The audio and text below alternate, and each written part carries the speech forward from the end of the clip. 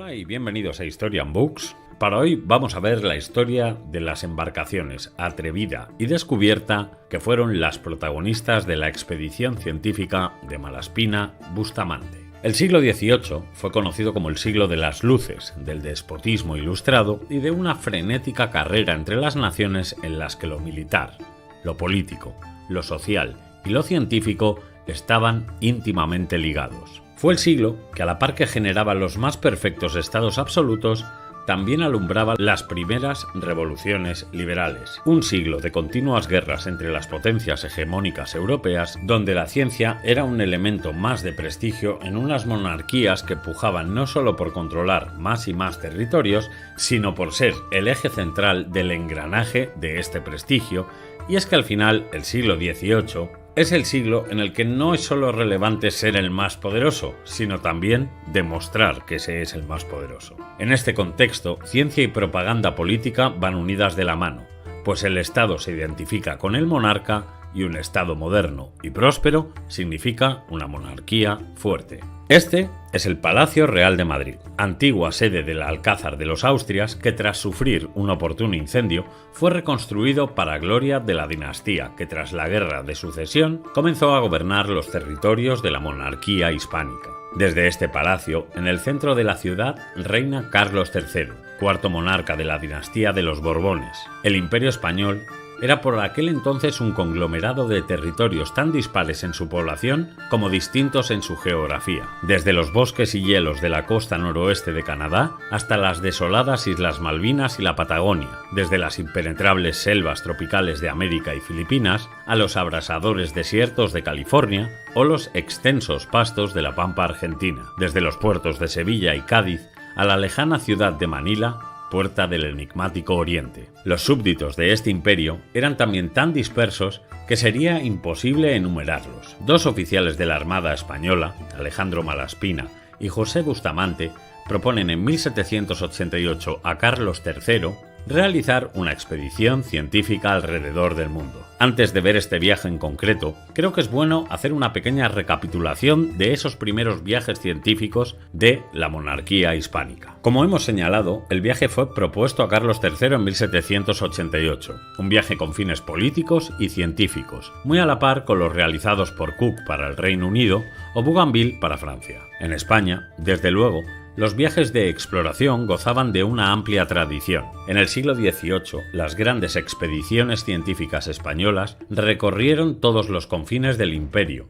renovando la botánica, la ingeniería, la medicina o las técnicas de navegación. Viajes como los de Jorge Juan, Mutis, Cuéllar y muchos otros fueron auténticas aventuras que dieron lugar a interesantes tratados científicos, pero también a apasionantes relatos de exploración. Cuando el joven alicantino Jorge Juan y Santacilla, con apenas 21 años, y el sevillano Antonio de Ulloa y de la Torre Giral, de tan solo 19, partieron en 1736 de Cádiz hacia Cartagena de Indias, no podían imaginar que su viaje duraría una década y que al regreso se convertirían en los renovadores de la ciencia de España. Así eran las expediciones del 18. Largas, intensas y trascendentales. Jorge Juan y Antonio de Ulloa eran la parte española de una expedición francesa que intentaba nada menos que descubrir definitivamente la forma de la Tierra. La llamada expedición geodésica del Reino de Quito era una iniciativa del astrónomo francés Louis Gaudin, el geómetra Pierre Bouguer y el químico y naturalista Charles-Marie de la Condamine, amigo de Voltaire y uno de los más firmes defensores de esta aventura científica. En este viaje, los españoles tenían realmente otros fines: controlar a los franceses, que probablemente llevaban ánimo de espiar en las colonias españolas, y realizar un completo inventario de la flora, geografía, fauna e incluso antropología física y folclore del Imperio Español en América, algo jamás realizado hasta la fecha.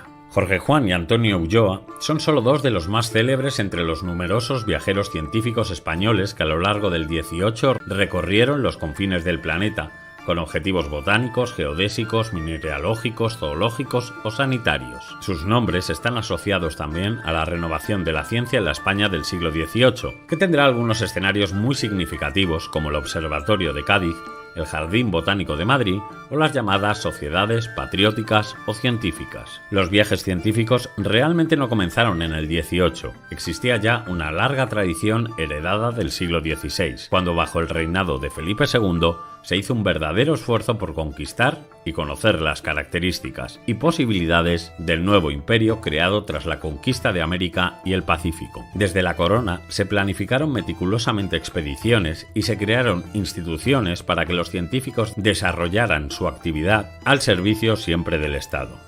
Pese a la imagen oscura que se ha transmitido del monarca y de su reinado, Felipe II fue un rey educado en las matemáticas, gran coleccionista y apasionado por los libros. De su reinado, cabe destacar la institución de una academia de cosmografía y matemáticas en la corte, la formación de colecciones naturalísticas, la creación de la impresionante biblioteca del Escorial o la fundación de una cátedra de medicamentos simples, así como los laboratorios de destilación en Aranjuez, el Escorial y el Alcázar de Madrid. Felipe II tenía un reto importante, la necesidad de organizar y mantener un imperio gigantesco con los medios del siglo XVI, y esto no era posible sin un desarrollo notable de la actividad científica y técnica. Era necesario explorar, pero también explotar y organizar un imperio colonial. Para ello, puso a su servicio a ingenieros, arquitectos, cosmógrafos, pilotos, cartógrafos, médicos y botecarios de todos los rincones del imperio, desde flamencos a aragoneses y desde italianos a portugueses, pero siempre desde Castilla. Así, por ejemplo, se produjo un desarrollo sin precedentes de la arquitectura y la ingeniería militar, de las técnicas de extracción minera, del arte de navegar y construir barcos, y se importaron nuevos metales, medicamentos y alimentos desde el otro lado del Atlántico que dieron lugar a tratados científicos. En el campo de las exploraciones científicas, data de esta época la primera expedición española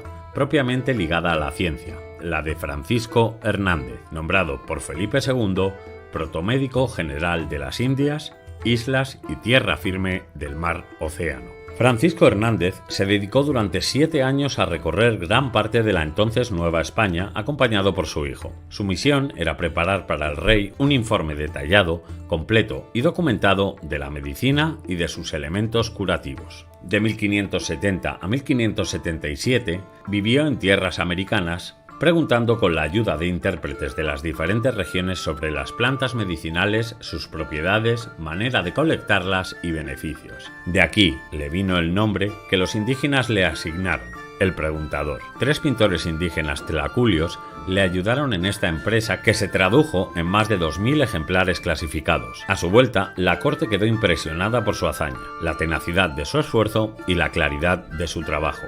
Pero, al parecer, los planes reales no eran dar a conocer la obra de Hernández, y lamentablemente su trabajo se ha perdido en gran parte. Una vez conocida la copiosísima información, surgieron dificultades para su edición e impresión. El rey ordenó la impresión de la obra, pero el manuscrito pasó de mano en mano, de proyecto en proyecto, hasta que quedó en el olvido. Con los reinados de los últimos Austrias, en el siglo XVII, España asistió a una época difícil de guerras y crisis económicas, y se olvidó la tradición de las expediciones científicas. Habría que esperar a Felipe V, el primer Borbón, para que comenzara a recuperarse la pujanza intelectual de España y se iniciara la modernización general del país. Los Borbones trajeron a España la idea de la necesidad de modernizar muchas estructuras y formar a los técnicos que deberían tomar el control de las rutas oceánicas, fortificar las colonias o revitalizar la industria minera. Así comenzó la fundación de academias militares de guardiamarinas en Cádiz, de ingenieros en Barcelona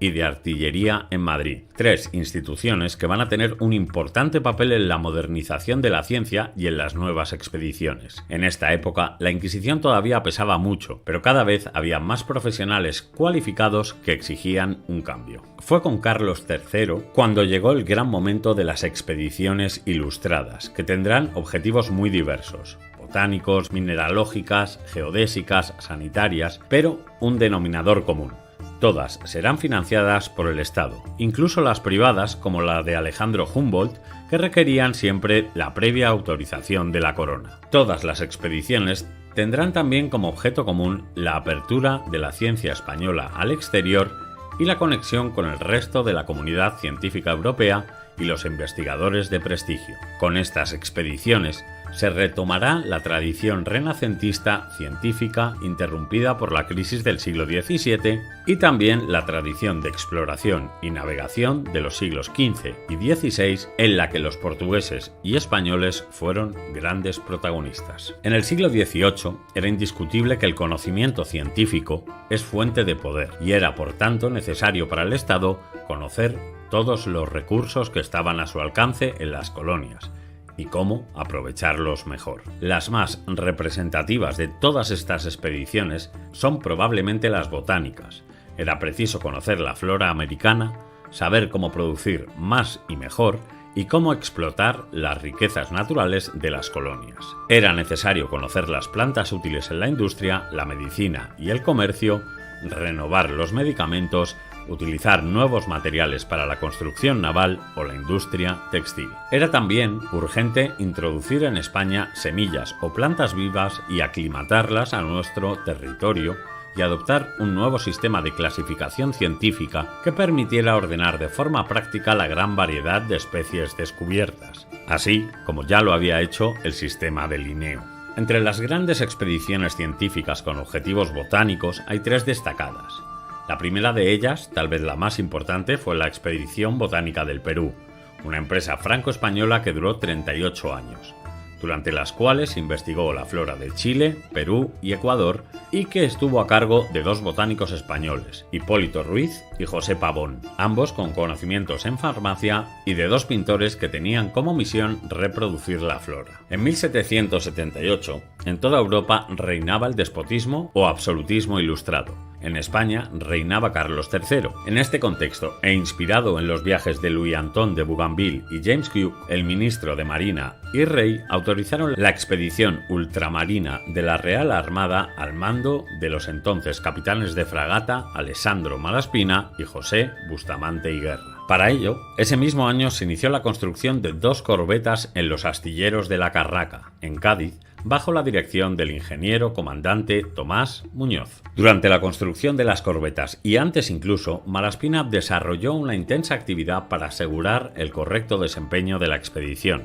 destacando la abundante correspondencia que dirigió a distintas personalidades. En este sentido, las cartas de Malaspina fueron dirigidas en primer lugar a Antonio Bailío y a Antonio Valdés, ministro de Marina, presentando el plan de un viaje científico-político alrededor del mundo. Esta misión queda clara al principio cuando describe que la expedición seguirá las trazas de Cook y Lapérouse, pero un viaje hecho por navegantes españoles debe implicar dos objetivos. El uno es la construcción de cartas hidrográficas para las regiones más remotas de la América y de derroteros que puedan guiar con acierto la poca experta navegación mercantil y la otra investigación del estado político de la América, el estado del comercio de cada provincia, así como la dificultad para resistir una invasión enemiga o suministrar fuerzas para intentarla contra los mismos enemigos. Estas misivas contienen un pormenorizado plan de viaje, con todas las escalas que se pretenden hacer. La minuciosidad del plan ciertamente ayudó sobremanera a que las autoridades aprobaran el viaje, y Malaspina obtuvo plena libertad para la organización, siendo además autorizado a elegir a toda la tripulación de las corbetas. En otra serie de cartas escribió al que era teniente general de la Armada, Antonio Ulloa, solicitando de su sabiduría sobre 28 puntos del viaje lo referente a tránsitos, zonas a reconocer del continente americano y mejores objetos para intercambiar con los pueblos indígenas, por, en palabras de Malaspina, el bien público y el honor nacional. Otra relación de cartas de Malaspina se dirigen al protomédico de la Real Armada, José Salvaresa, siendo de especial interés los puntos profilácticos que deberán de observarse en el acopio de víveres. Como no podía ser de otra manera, el escorbuto es la mayor preocupación de Malaspina, pero también la frecuencia de cambio de agua en las bodegas, así como el del uso o no de más ropa de abrigo de la necesaria para evitar resfriados. En este último punto, el médico responde: por lo que respecta a graduar los resultados del desabrigo en los rápidos tránsitos del mucho frío al mucho calor y las del excesivo abrigo por la carga de ropa, hallo de ser más temibles las primeras, pues por poco que se radique un resfriado en el marinero y haga tiro al pecho, lo consume insensiblemente hasta inhabilitarlo, y el exceso de ropa solo ocasionará que irá haciendo tolerable con el convencimiento del motivo, y más los del norte de España, de genio menos desaliñado en sus personas y más acostumbrados a andar cubiertos. Dejo, no obstante, en su lugar lo que exija la ocasión, en que a presencia del calor excesivo puede quizás ser de impedimento a las maniobras ejecutivas la mucha ropa. Otra serie de cartas las dirige Malaspina al subdirector de Arsenales Fermín de Sesma, de la que solo se conserva la primera, en la que Malaspina solicita el velamen, aparejos y la artillería para defensa de las naves, 22 cañones de A6 con cargas de 50 tijeras, 25 con bala, 10 con palanquita y 15 con metralla, 2 cañones de A4 y un disparador de cohetes, ambos para señales. Y, finalmente, un repuesto no grande de utensilios, uno muy abundante de balas para fusil y pistola, un excelente armamento, inclusas en él bayonetas, cinturones y vainas para sables. Malaspina también escribe al ingeniero Tomás Muñoz, en las que solicita la instalación de un pararrayos, tal y como redacta Malaspina. Con las últimas lecciones de Monsieur Leroy, oídas en París por los señores de Ureña y Betancourt, he podido deducir para las corbetas Atrevida y Descubierta la siguiente aplicación que expongo ahora al juicioso examen de vuestra señoría, a fin de ponerla en práctica si merece su aprobación. Especialmente interesante resulta en esta misiva el hecho de demostrar el intenso intercambio cultural y científico que en Europa existía. Malaspina, como no podía ser de otra forma, también tuvo una intensa actividad de correspondencia con el otro capitán de la expedición, Bustamante, siendo de especial relevancia las instrucciones notables sobre la policía de los barcos, destacando en primer lugar el tono en el que Malaspina se dirige a Bustamante, quien a pesar de ser su segundo, lo trata de igual a igual, abriendo su escrito con las siguientes palabras: fuera agravio recíproco el llamar instrucción a los siguientes apuntes, en los cuales expresaré únicamente el método que ha de seguirse en la descubierta, para que vuestra merced, si gustase, adopte también en la corbeta de su mando. El fin que entrambos nos hemos prefijado al abrazar esta comisión es uno mismo, de servir a la nación con tareas particulares, acreditar el honor que nos anima y hacernos dignos de la confianza pública y del aprecio de los oficiales que se han brindado a encontrar bajo nuestras órdenes una serie bien dilatada de fatigas y de peligros. Pero podemos variar el concepto de lo que nos guíe más directamente a conseguir aquel fin, y como la uniformidad es, sin la menor duda, la base esencial del servicio, podemos aún, guiados de un mismo celo y de una misma inteligencia, acertando aún entrambos en la elección de los medios, destruir sus buenos efectos con el solo inconveniente de haber tomado diferentes sendas. Las disposiciones son especialmente extensas, hasta 29 epígrafes que tratan todas las reglas que deben observarse y cumplirse en ambos navíos, ocupándose en este sentido de los roles que cada individuo debe desempeñar, las raciones que corresponden a cada grupo según su rango, las acomodaciones a las que tendrán derecho y las funciones de cada uno. El porqué de la necesidad de establecer estos puntos en un navío que supuestamente se regía por los preceptos establecidos en los de la Marina Real lo encontramos justamente en el epígrafe primero que Malaspina redacta. En un viaje de esta especie ha de prevalecer precisamente un método opuesto al de los buques ordinarios de la Armada. En estos, la disciplina militar es la que rige, en aquel debe apartarse cuanto sea posible. Ni se ocultará la razón de semejante necesidad cuando se considere que la parte militar no ha menester para su buena armonía de que concurra la voluntad gustosa del súbdito, pero en la científica, que abraza un número infinito de combinaciones, solo puede lograrse buen resultado si cada uno hace no lo que le mandan, sino más bien lo que pueda. Y es que, como veremos, la propia naturaleza de la expedición incluye a individuos vinculados al mundo académico más que al militar y el marinero, pero también teniendo en cuenta que el viaje obligará a marinería y tropa a enfrentarse a retos culturales y sociales, por ejemplo, con el contacto de tribus indígenas, las preocupaciones de Malaspina se reflejan con esta frase: ¿cómo puede el rigor militar por sí solo obligar a un soldado o a un marinero que sufra el insulto de un indio, que coma más bien una cosa que otra, que se transforme, según las ocasiones, en cazador o en pescador o en artesano, a medida que lo exijan los infinitos casos? Continuando, dejando aparte la disparidad de carácter del español con el francés septentrional o el inglés, se deja ver que en esta clase de expediciones los que nos han precedido siempre han dado la preferencia al cariño sobre el rigor.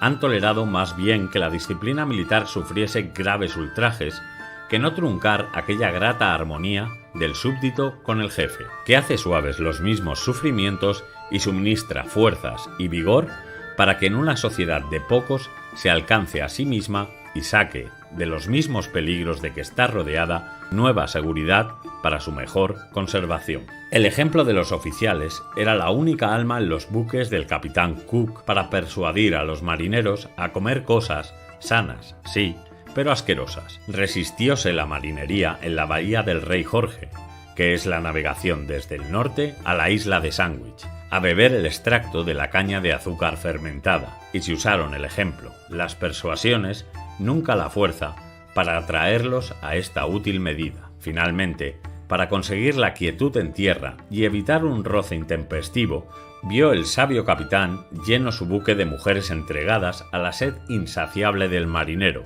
y lo vio con indiferencia porque aquellas eran voluntarias y la conducta de éste y su sufrimiento en los trabajos exigían un premio análogo a su carácter.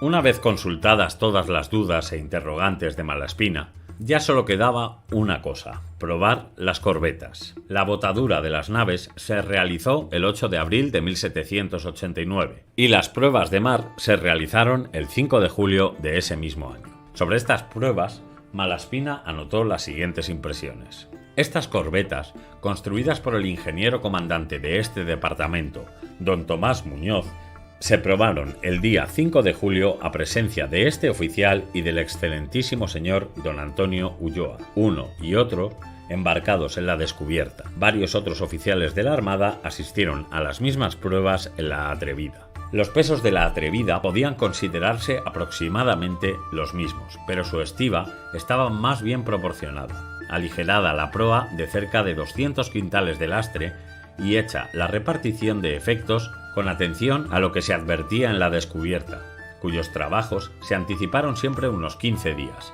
intervalo con el cual se botaron al agua. La variedad de efectos embarcados, la precisión de tenerlos casi todos a mano, los mismos plazos de su apresto y finalmente la ninguna práctica del mismo buque y de sus verdaderas capacidades, difíciles de graduarse de un solo golpe de vista, nos aseguran que estamos muy lejos de haber acertado en esta ocasión, con el mejor modo de estiba.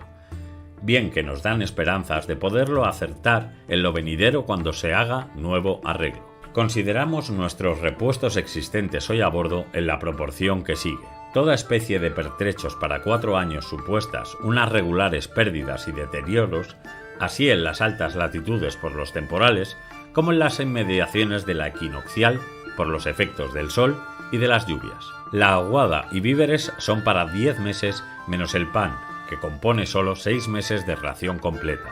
El vino de Sanlúcar, coles agrias, vinagre y aceite pueden considerarse suficientes para un plazo de 2 a 3 años. Las medicinas, todos los libros, instrumentos simples y utensilios que corresponden a la historia natural y a la astronomía, todo lo necesario ha de dar quilla y habilitar entre la tripulación varios obreros de calafate, carpintero y herrero.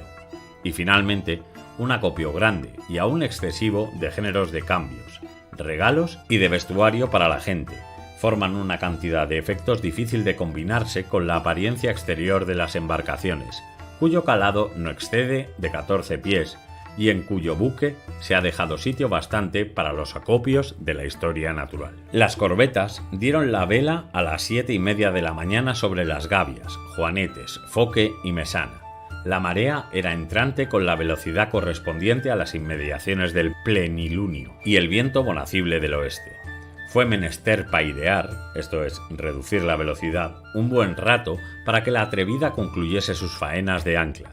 Luego, con el mismo aparejo y la mura de babor, empezamos las pruebas al mismo tiempo de comparación de los buques entre sí y de sus cualidades absolutas. Viramos a las 10 a un tiempo por avante y se dieron las mayores y los estáis. Reviramos sobre los bajos de San Sebastián y dando nuevo bordo a las costas de Rota nos hallamos bien franqueados y volvimos a virar al oeste con el viento del oeste un cuarto noroeste. A la 1 nos pusimos al pairo y mareado nuevamente todo aparejo a las 3 e hicieron diferentes bordos y sin sujeción una a otra. Varias pruebas hasta las 6:30 de la tarde, a cuya hora arribamos y con trinquete, gavias y juanetes logramos fondear de nuevo en la bahía al ponerse el sol. De estas pruebas, Malaspina también redacta una serie de deducciones que reproducimos a continuación. El andar, gobierno y aguante de ambas embarcaciones puede considerarse igual según todas las pruebas de este día. La Atrevida en 2 ocasiones ganó algún barlovento a la descubierta, pero este debe atribuirse tal vez al mejor estado de su estiba que ya se ha manifestado. Las corbetas han virado por avante en 2 minutos con gavias, juanetes y foques, viento de 4 millas y marea contraria. En 1 minuto con todo aparejo de bolina, andar de 5 millas y marea contraria. En 2 minutos y medio con el timón a la vía, todo aparejo de bolina, marea favorable y andar de 6 millas. Han virado en redondo en 2 minutos, andar de 6 millas, todo aparejo y marea contraria. Bien que fue menester dilatar la virada por no poderse preparar el aparejo con la debida celeridad.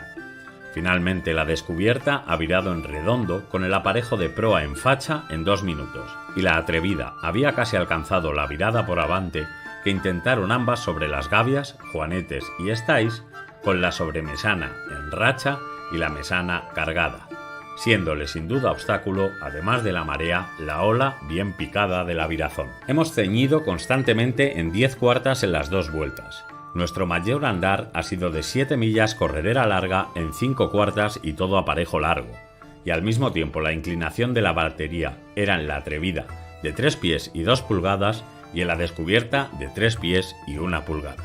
En la una se determinaban las inclinaciones con un aplomo desde el batiporte exterior, en la otra servía un aplomo interior en el puntal proel de la escotilla mayor, comparados sus largos a la semimanga. El abatimiento no ha sido mayor de 4 o 5 grados. Bien casado todo el aparejo de popa, se necesitaban 3 cabillas o arribar para equilibrar el aparejo, y hasta esta circunstancia era igual en ambas corbetas. Como la colocación de las embarcaciones menores, que llegan a 5 y todas sobre cubierta, podía parecer difícil 6 o a lo menos peligrosa, se han metido las 2 que deben contener las otras 2 más chicas. El último bote, destinado particularmente para pescar y medir la corriente, tiene solo 11 pies de quilla, igual a popa y a proa. Su acomodo, por tanto, no debe dar el menor cuidado. Se ha conocido palpablemente que ni en los mares más tempestuosos correrán el menor riesgo estas 5 embarcaciones menores. Debía hoy examinarse por medio de pesos conocidos una inclinación que resultase en la batería para reducir luego las fuerzas comparativas necesarias a lograr la mayor inclinación. No lo han permitido las circunstancias, pero se hará a la primera ocasión oportuna. Entretanto, debemos asegurar que cuantas propiedades hemos examinado en ambas corbetas, al paso que acreditan más y más la pericia de su autor, nos dan las esperanzas más lisonjeras para poder desempeñar con acierto el destino que su majestad se ha servido poner a nuestro cargo. Así pues, todo estaba preparado ya para comenzar la expedición, que saldría del puerto de Cádiz en la mañana del 30 de julio. Con esto vamos a terminar y en los próximos vídeos veremos un estudio pormenorizado de los protagonistas de la expedición, no solo de sus capitanes, sino también de todo el elenco de individuos que formaban parte de una tripulación en una expedición científica.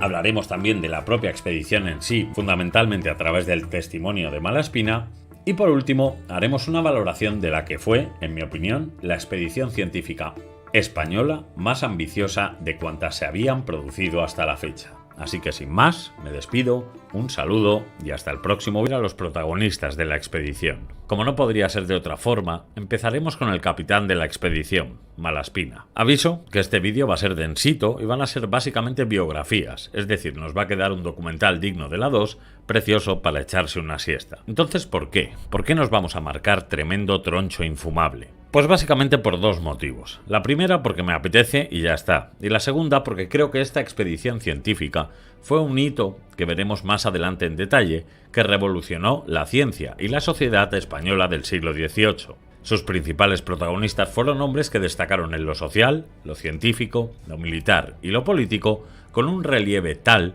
que sin duda estamos ante el Dream Team de la marinería española del XVIII. Los Malaspina, Bustamante, Galiano, Bauzás, etc. fueron una generación de oro en este siglo que tocaron todos los palos y no se limitaron solo a un campo. Es por ello que considero a todos estos marinos como la mejor generación que hasta la fecha había dado España. Y probablemente en generaciones futuras fueron desde luego parte fundamental de su inspiración, y este es el pequeño homenaje que vamos a realizar. Así que sin más, empezamos con los personajes que protagonizaron la expedición de Malaspina a Bustamante.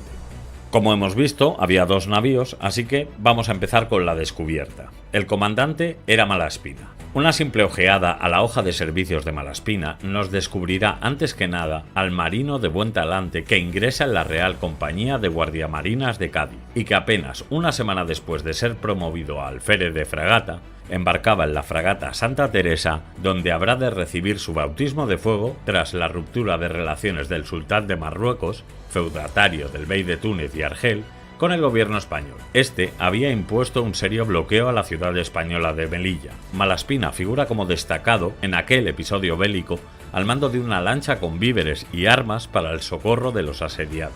La misión se llevó a cabo con éxito, pero bajo los riesgos del fuego enemigo, que no afligieron el ánimo del joven Alejandro. Liquidado el conflicto con Marruecos y tras la marcha del ministro Esquilache, se entendió como momento adecuado para infligir una dura lección a la eminencia gris de aquella guerra, el bey de Argel, una expedición con casi 400 buques que atacó la rada argelina. La operación resultó un completo fracaso y al decidirse el reembarco, Malaspina participa activamente en la penosa empresa de evacuación de los heridos.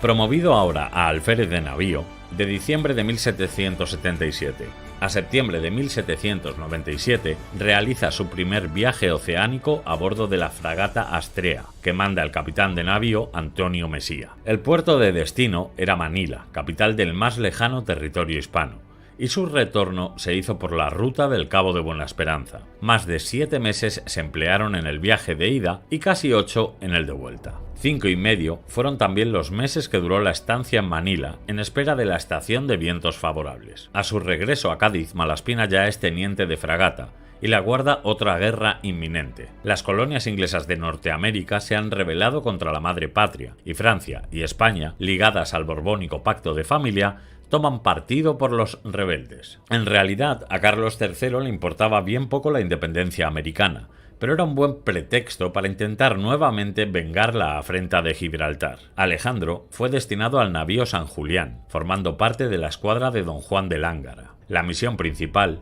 era patrullar frente a la costa gibraltareña e impedir la llegada de cualquier convoy británico que pudiera abastecer a los ingleses. El 16 de enero de 1780 tiene lugar frente al Cabo de Santa María un duro encuentro naval del cual sale mal parada la escuadra española, claramente inferior a la inglesa y que navegaba con el viento en contra. Varios navíos se hunden y el San Julián es capturado. Su comandante y los principales oficiales son transferidos a otros buques, pero Malaspina queda en el San Julián. Marinado por los ingleses, a consecuencia del mal temporal, se vio lanzado frente a la costa, por lo que los captores tuvieron que recurrir al auxilio de los capturados. Malaspina se lo concedió a condición de que los ingleses se constituyeran prisioneros a su vez, dándose el caso paradójico de que un barco entrara en Cádiz llevando cautivos a sus mismos captores y con la bandera española desplegada al viento. Un mes más tarde, Malaspina sería promovido a teniente de navío. La reconquista de Gibraltar era una idea fija de la estrategia española. En 1782, ante la imposibilidad de rendir la plaza por hambre, se decidió atacarla por medio de baterías flotantes que fueron remolcadas hasta la bahía gibraltareña. El ataque comenzó el 16 de septiembre y algunas de las baterías se incendiaron. Hubo muchos náufragos en cuyo salvamento cooperó eficazmente Malaspina, así como en la evacuación de los heridos. 3 meses más tarde, era ascendido a capitán de fragata. Nuevas y meritorias singladuras esperan a Malaspina en su nuevo empleo. Al mando de la fragata Asunción, realizó un viaje a Manila y a otros puntos de aquellos lejanos mares, regresando a España en 1784. Permaneció poco tiempo de teniente de la Compañía de Guardias Marinas de Cádiz. En 1786 realizó un nuevo viaje a Manila con la fragata Astrea a través del Cabo de Hornos, dando la vuelta al mundo al regresar por el Cabo de Buena Esperanza. Y de nuevo, en Cádiz, en 1788, salió de este puerto a finales de julio de 1789 con las corbetas Descubierta y Atrevida, siendo este el punto de partida del tema central de estos vídeos. Y hasta aquí vamos a hablar de Malaspina, ya que más adelante, en una valoración posterior de la expedición, veremos cómo fue su vida a su retorno de la misma. Como primer oficial subalterno tenemos a Cayetano Valdés. Cayetano fue el sexto de los 7 hijos que tuvieron sus padres, todos varones y casi todos militares. 2 de sus hermanos, por cierto, José y Joaquín, fueron también marinos y alcanzaron el grado de jefe de escuadra. Cayetano sentó plaza de guardiamarina en el departamento de Cádiz en 1780 antes de cumplir los 14 años de edad. Terminados sus estudios, embarcó en la escuadra de Luis de Córdoba que bloqueaba Gibraltar mientras la plaza era atacada por el duque de Crillon. Tomó parte en el combate que Córdoba sostuvo en el estrecho de Gibraltar en 1782 contra el almirante Howe y en la segunda expedición contra Argel de Antonio Barceló al año siguiente. Asimismo, formó parte, ya con el grado de teniente de navío, de la expedición de Malaspina, que contorneó toda América del Sur y dio la vuelta al mundo visitando las colonias españolas. Expedición emprendida con el objeto de conocer las necesidades políticas, económicas y militares de aquellas. Además, realizó el estudio hidrográfico de las costas propias y extrañas, así como de la astronomía y ciencias naturales. En dicha expedición se paró en Acapulco para iniciar, por orden superior, la exploración del estrecho de Juan de Fuca, al que la crónica del viaje de Maldonado daba como el famoso Paso del Norte o de comunicación del Pacífico con el Atlántico. Mandaba la goleta mexicana, en tanto que el jefe de la expedición era Dionisio Alcalá Galiano, comandante de la Sutil. En el combate de Trafalgar ocupaba el Neptuno, a la cabeza de la línea de combate, formando parte de la división de vanguardia mandada por el contraalmirante Dumanoir. Ya trababa la lucha el Neptuno, a pesar de la lentitud de decisión de Drumadoir, dio media vuelta y acudió en auxilio del Bucentaur y del Santísima Trinidad. 4 navíos británicos trataban de batirles por la proa, concentrando sus fuegos de toda la banda. Contra ellos se lanzó Valdés, pero el heroísmo del comandante del Neptuno no logró su objetivo de salvar al Santísima Trinidad ni al Bucentaur. Los marinos españoles tenían bien presente la máxima de que, en un día de combate, no está en su puesto el capitán que no está en el fuego. Valdés recibió una herida grave, negándose a abandonar su puesto. Al fin perdió el conocimiento y los que quedaron en el Neptuno, ya maltrecho y sin valor combativo, decidieron su rendición. El temporal que sobrevino al combate salvó al Neptuno de manos de los británicos, mas fue para empujarlo contra la costa, hundiéndose en las cercanías del castillo de Santa Catalina en Cádiz. Durante los convulsos años que siguieron a la guerra contra los franceses, con el sexenio absolutista y el trienio liberal, Cayetano, convencido liberal, hubo de huir de España cuando la expedición francesa de los 100.000 hijos de San Luis restauraron el poder absoluto del infame monarca. De Gibraltar pasó Valdés al Reino Unido, donde vivió 10 años siendo tratado con respeto, caballerosidad y admiración por los que en guerra tanto había combatido. Merced a la amnistía decretada por la reina gobernadora María Cristina de Borbón, Valdés volvió a España siendo nombrado capitán general de la Armada y dándosele el mando del departamento de Cádiz. Fue nombrado después prócer del reino y falleció en San Fernando el 6 de febrero de 1835. Manuel Novales, oriundo de Santa María del Llano, en Tudela, inició en 1776 su adiestramiento de guardia marina en el puerto de Cádiz. En 1778 ocupó un puesto en el arsenal del Ferrol y en 1779 fue embarcado para hacer el corso. Ese mismo año participó en la campaña del Canal de la Mancha y al siguiente formó parte de la escuadra que persiguió a la del inglés Rodney bajo las órdenes de Luis de Córdoba.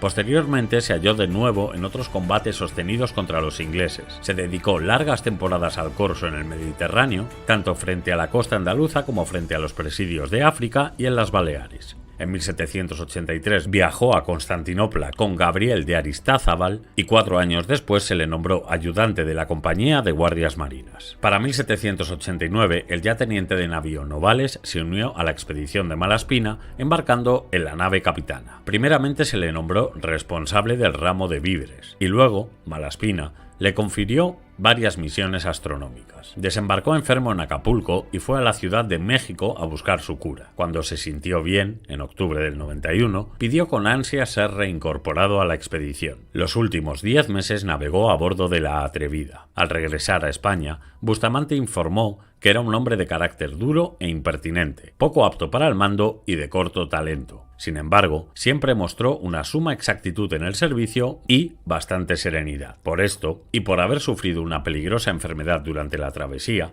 juzgó que merecía ser recompensado. En 1800 escoltaba un convoy de 13 velas a América cuando fue atacado por 2 navíos ingleses, resultando Novales gravemente herido y hecho prisionero. Una vez liberado, en 1803, recibió la comisión de llevar varios pertrechos de guerra y otros efectos a Puerto Rico y Veracruz. De regreso, llevó a España más de 3 millones de pesos, así como algunos cajones para el Gabinete de Historia Natural. En 1810 fue nuevamente comisionado a Veracruz, de donde regresó con caudales al año siguiente. 3 años después solicitó la capitanía del puerto de Cádiz, pero cuando se le concedió el empleo ya no pudo disfrutarlo, puesto que murió en 1816 tras casi 40 años de servicio a la Armada. Fernando Quintano nació en Fuentes de Maestre, Extremadura, en 1767. A la edad de 17 años ingresó a la Escuela de Guardiamarinas de Cádiz. Desde 1779 hasta 1784 hizo el corso en la zona comprendida entre el Cabo de San Vicente y Lisboa. Tuvo varias comisiones en aguas del Mediterráneo, así como algunos cruceros a Argel. Dirigía una lancha cañonera durante el bloqueo de Gibraltar contra los ingleses bajo las órdenes de Juan de Lángara, y por sus méritos en esta acción se le ascendió a alférez de navío en 1781. También estuvo presente en el bloqueo a la plaza de Cádiz, en el fuerte Balaguer de Tolón y en la batalla de Cataluña, donde la Armada española fue derrotada. En 1789, siendo ya teniente de navío, se le destinó a ocupar un puesto en la descubierta de Malaspina y casi hasta el final de la expedición fue transbordado a la Atrevida. Desembarcó muy enfermo en Acapulco, razón por la cual fue hasta la capital novohispana a curarse, y alcanzó a sus compañeros en Manila. Sus jefes se mostraron satisfechos con su desempeño por ser hombre instruido y de talento con gran disposición para el mando. Su exactitud en el servicio, dijo Bustamante, y su subordinación han sido siempre ejemplares. En recompensa a esta actuación, se le ascendió a capitán de fragata en abril de 1795. Por disposición real, fue nombrado segundo comandante del apostadero de Mallorca, entre 1800 y 1802. En 1804 se le nombró comandante de montes en la villa de Moratalla y ese mismo año murió en Cartagena víctima de una epidemia. Juan Bernacchi, a juzgar por sus apellidos, debió de ser de ascendencia italiana, pero nació en el puerto andaluz de Cádiz. A principios de 1780 sentó plaza de guardiamarina, así que debió de ser muy joven cuando se incorporó a la expedición. En 1782 recibió su primer ascenso a la graduación inmediata, alférez de fragata. Al año se le nombró subteniente de una brigada, hizo varias navegaciones y participó en un combate formando parte de la escuadra de Luis de Córdoba. Para 1786 cursó estudios superiores y durante un año, asesorado entre otros por el brigadier Vicente Tofiño, hizo observaciones astronómicas en el Observatorio Gaditano. Terminado el entrenamiento, integró el equipo que bajo la dirección de Tofiño se abocó a trazar el mapa de España. En 1789 se embarcó en las corbetas de Malaspina y en 1792 su comandante le consideró indispensable para servir en la expedición a Fuca, que capitaneaban Alcalá Galiano y Valdés. En aquella expedición de las goletas Sutil y Mexicana hubo muchos puntos a su favor, ya que tanto él como los 3 oficiales que en ella participaron tuvieron que hacer las veces de pilotos, naturalistas, dibujantes y contadores. Además,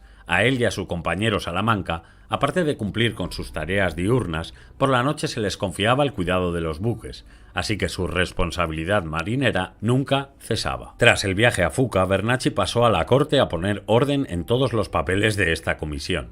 Enseguida se reintegró a su actividad de geógrafo y trabajó con el equipo que se ocupaba del levantamiento cartográfico de la península. Por esta época fue enviado a Londres para adquirir instrumentos que seguramente estaban relacionados con estas tareas. Más tarde le fue conferido el mando de la fragata Gertrudis, y participó en algunas acciones bélicas defendiendo la bandera española. Entre 1805 y 1809 vivió en las Filipinas ocupando el cargo de comandante de la nao de Acapulco. Durante aquellos años trazó varias cartas hidrográficas, entre las que destaca una del estrecho de San Bernardino. Se hallaba en Manila en 1807 y, creyendo tener suficientes méritos para lograr un ascenso, lo pidió por intermedio de su hermano, que se hallaba en España, quien, cuando falleció Juan, entregó a las autoridades de la Armada la colección de los mapas asiáticos trazados por su hermano, los cuales fueron destinados a engrosar la mapoteca del depósito hidrográfico en 1812. Esto significa que la muerte de Juan Bernacchi acaeció entre 1809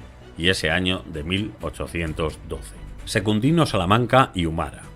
Marino burgalés, su abuelo ocupó un cargo importante en la Secretaría del Despacho Universal de la Guerra, por lo cual no tuvo dificultad alguna para ser aceptado en la Real Compañía de Guardias Marinas alrededor de 1784, cuando contaba con unos 20 años de edad.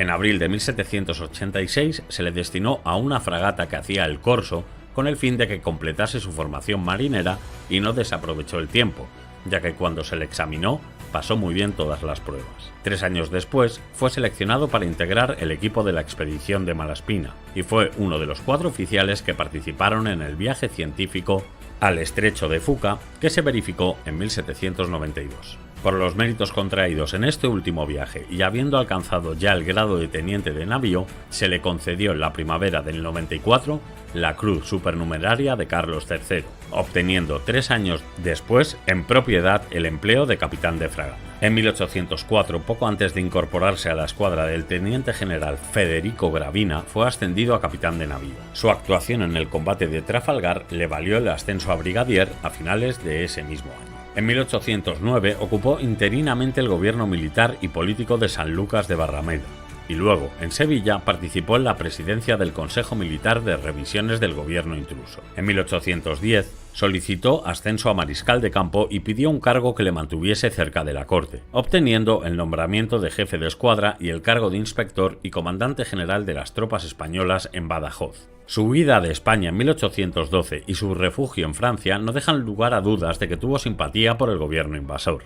En 1813, desde el poblado de Alençon, escribió una instancia a las autoridades españolas en la que rogaba que le permitieran volver a su patria y continuar en el servicio de la Armada. Seguramente se le negó el permiso porque en 1823 dirigió una segunda instancia en donde pedía que se le diera la oportunidad de purificar su conducta militar y política observada durante los años de la intervención francesa. En 1826, el monarca le concedió el retiro de brigadier y un poco más tarde una pensión de la mitad del sueldo correspondiente a su grado. Finalmente fallecería en Madrid en 1839. Fabio Aliponsoni y Cattaneo. Fabio era nativo de Cremona, Italia. Sentó plaza de guardia marina en mayo de 1788 e inició su vida activa como marina en el viaje de Malaspina. Recibió sus 2 primeros ascensos sirviendo en la expedición y el tercero, de teniente de fragata, al término de ella, en marzo de 1795. Al regreso de las corbetas a España, Malaspina se llevó consigo a la corte a Fabio.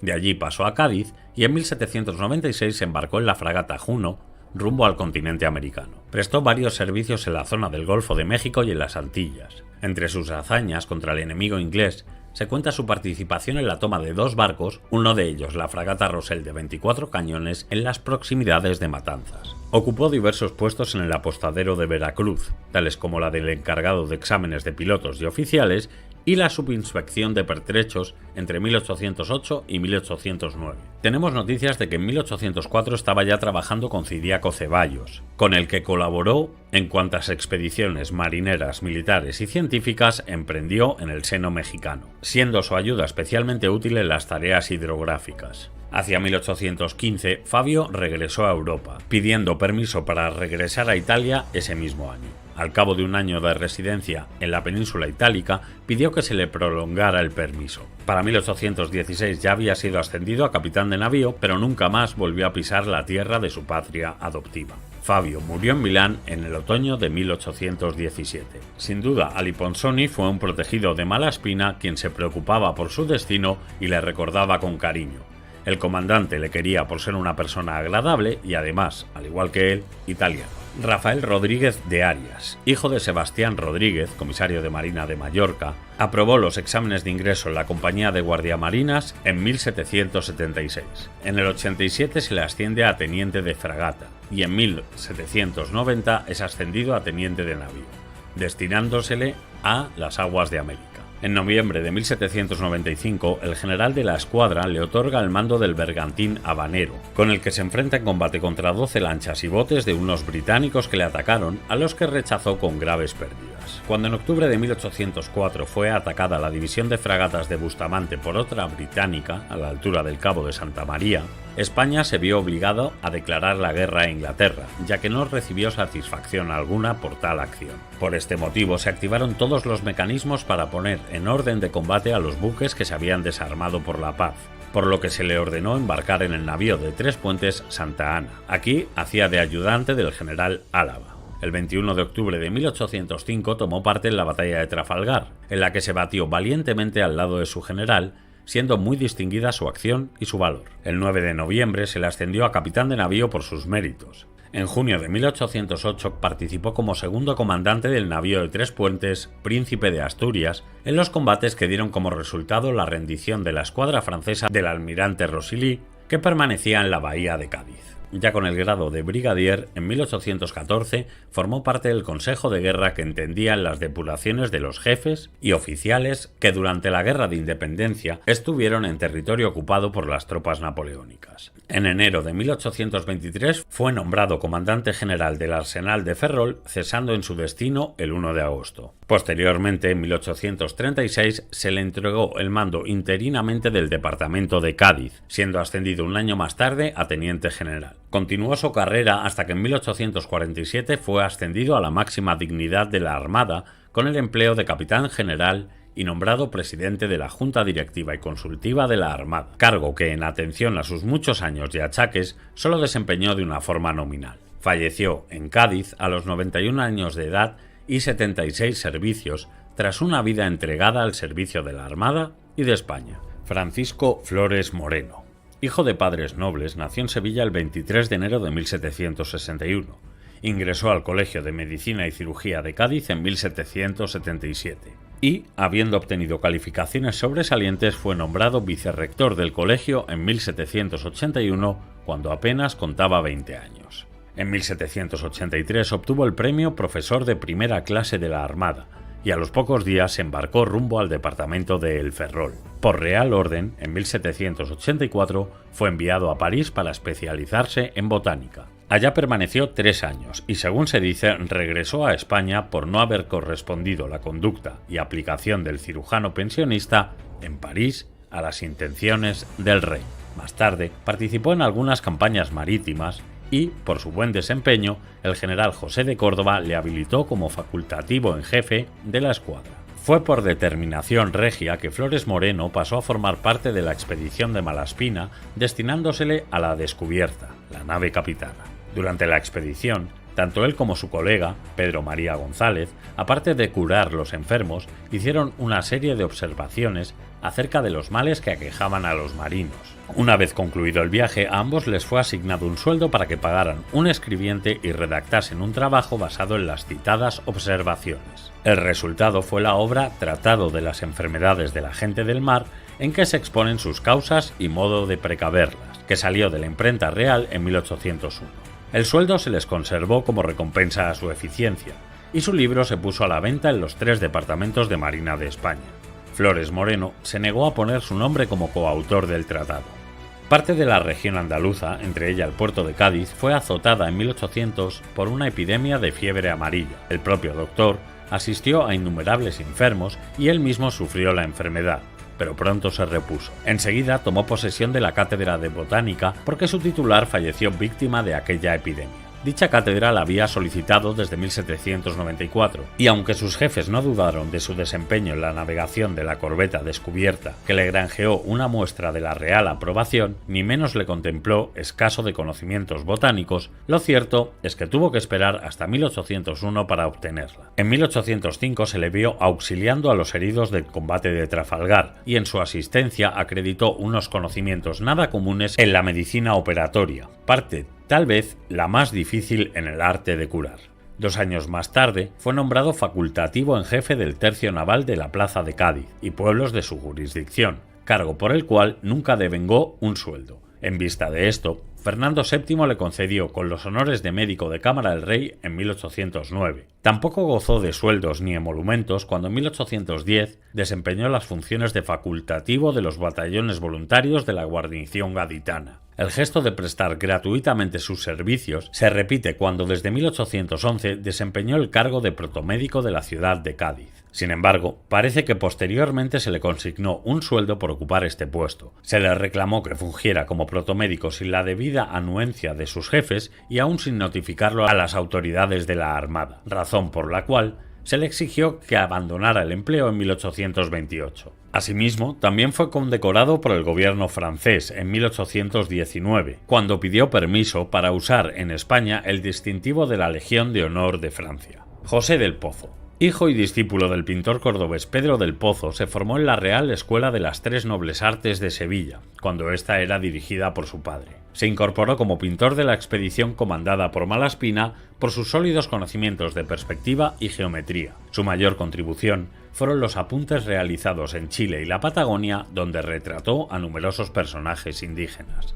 Sin embargo, al pasar a Lima, Malaspina decidió separarlo definitivamente por la indisciplina de la que hace gala. Seguramente atraído por el ambiente ilustrado que se vivía en Lima, decidió afincarse en la ciudad y establecer una academia de dibujo dirigida a jóvenes aficionados, cuya apertura era anunciada desde las páginas del Mercurio peruano en mayo de 1791. Rápidamente se convertiría en el pintor favorito de las élites civiles y eclesiásticas. Pese a encontrarse todavía inmerso en las tradiciones barrocas, entabló relación directa con el clérigo Matías Maestro, adalid de la Reforma neoclásica, y participó en varios de sus proyectos. Así, por ejemplo, en 1808 realizó la pintura cenital de la capilla del nuevo Cementerio General de Lima, obra desaparecida que representaba el ingreso de los santos peruanos a la gloria. Otras pinturas de Pozo, supervisadas por Maestro, fueron la apoteosis de Santa Rosa de Lima, para el altar mayor de su santuario, y la aparición del Niño Jesús a Santa Rosa, destinada a la capilla del Rosario de Españoles en Santo Domingo. Por encargo del Tribunal del Consulado, ejecutó un lienzo de la Inmaculada Concepción, basado en una composición de Mateo Cerezo, que incluía a los priores fundadores de esta corporación. Al menos desde 1814 se desempeñaba también como escenógrafo del Teatro Principal de Lima. Ese año ejecutó un telón con el tema del Parnaso para la primera temporada de ópera presentada en la ciudad y continuó este tipo de labores, sin competidores en ellas, al menos hasta 1829. Al proclamarse la independencia, el pintor decidió permanecer en el país y se sabe que realizó obras decorativas para la Plaza Mayor de Lima en 1822 con motivo de la instalación del primer Congreso Constituyente. En los años siguientes realizó un retrato de Simón Bolívar por encargo del Tribunal del Consulado en 1823 y otro por encargo del Palacio de Gobierno en 1825. Y con esto pues vamos a ir acabando el vídeo. Como hemos visto, solo hemos visto los personajes más destacados de la corbeta descubierta, así que para el próximo veremos los de la Atrevida. Asimismo, cabe destacar que a todos estos personajes destacados se añadían, como es lógico, más tripulantes: 14 oficiales de mar de todas las clases, 15 tropas de marina, contando un sargento y 2 cabos, 4 tropas de brigada, contando con un condestable, 35 artilleros de mar, 10 grumetes y 8 criados. Era José, Bustamante y Guerra. Descendía de los Bustamante de Toranzo y de los Guerra de Ibio. Su padre fue Joaquín Antonio de Bustamante y Rueda, natural de Alceda, y su madre, Clara Guerra de la Vega, natural de Santander. Solicitó una plaza de guardiamarina de Cádiz en 1770 a los 11 años. Al año ya había ascendido a alférez de fragata. Sirvió en varias campañas de mar en la escuadra al mando de Pedro de Castejón y emprendió su primer viaje a América pocos años más tarde, cuando estuvo en Puerto Rico, Cuba y las Bahamas. En 1784, con una brillante hoja de servicios, alcanza el empleo de capitán de fragata. Primero se las ve con los piratas. Lo apresaron los ingleses en el navío Santa Inés tras una refriega y estuvo cautivo un año en Irlanda. tras lo cual le dejaron volver. El 20 de octubre de 1782 tomó parte en el combate naval de Gibraltar contra la escuadra de Richard Howe, siendo su barco muy dañado en una batalla librada cerca de Cádiz. Bustamante, entonces, preparó una proyectada conquista de Jamaica, lo que no se llevó a cabo por el Tratado de París de 1783. Ingresa como caballero de la Orden de Santiago el 21 de octubre de 1784.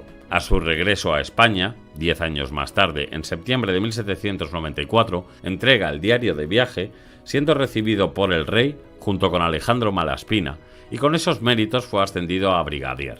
Malaspina, quien criticó la mala situación de administración de las colonias, fue encarcelado por Godoy, requisando todo el archivo de la expedición, que permanece confinado y olvidado hasta que en 1885 el teniente de navío Pedro Novo y Colson lo recupera y publica, gracias a lo cual se conocieron muchos detalles de la expedición. Bustamante fue nombrado gobernador de Montevideo en 1796 y se asentó en aquella ciudad el 11 de febrero de 1797. Durante su gobierno, la ciudad era un punto de abastecimiento de los corsarios que merodeaban la zona del Río de la Plata. Se documenta, por ejemplo, la presencia del corsario francés Pierre-Marie Le Bossec, capitán de la fragata La Républicaine. Asimismo, Bustamante es nombrado comandante general de los bajeles del Río de la Plata, con la misión de poner en marcha su plan de defensa de la América Meridional, planteada esta cuestión tras el viaje de Malaspina.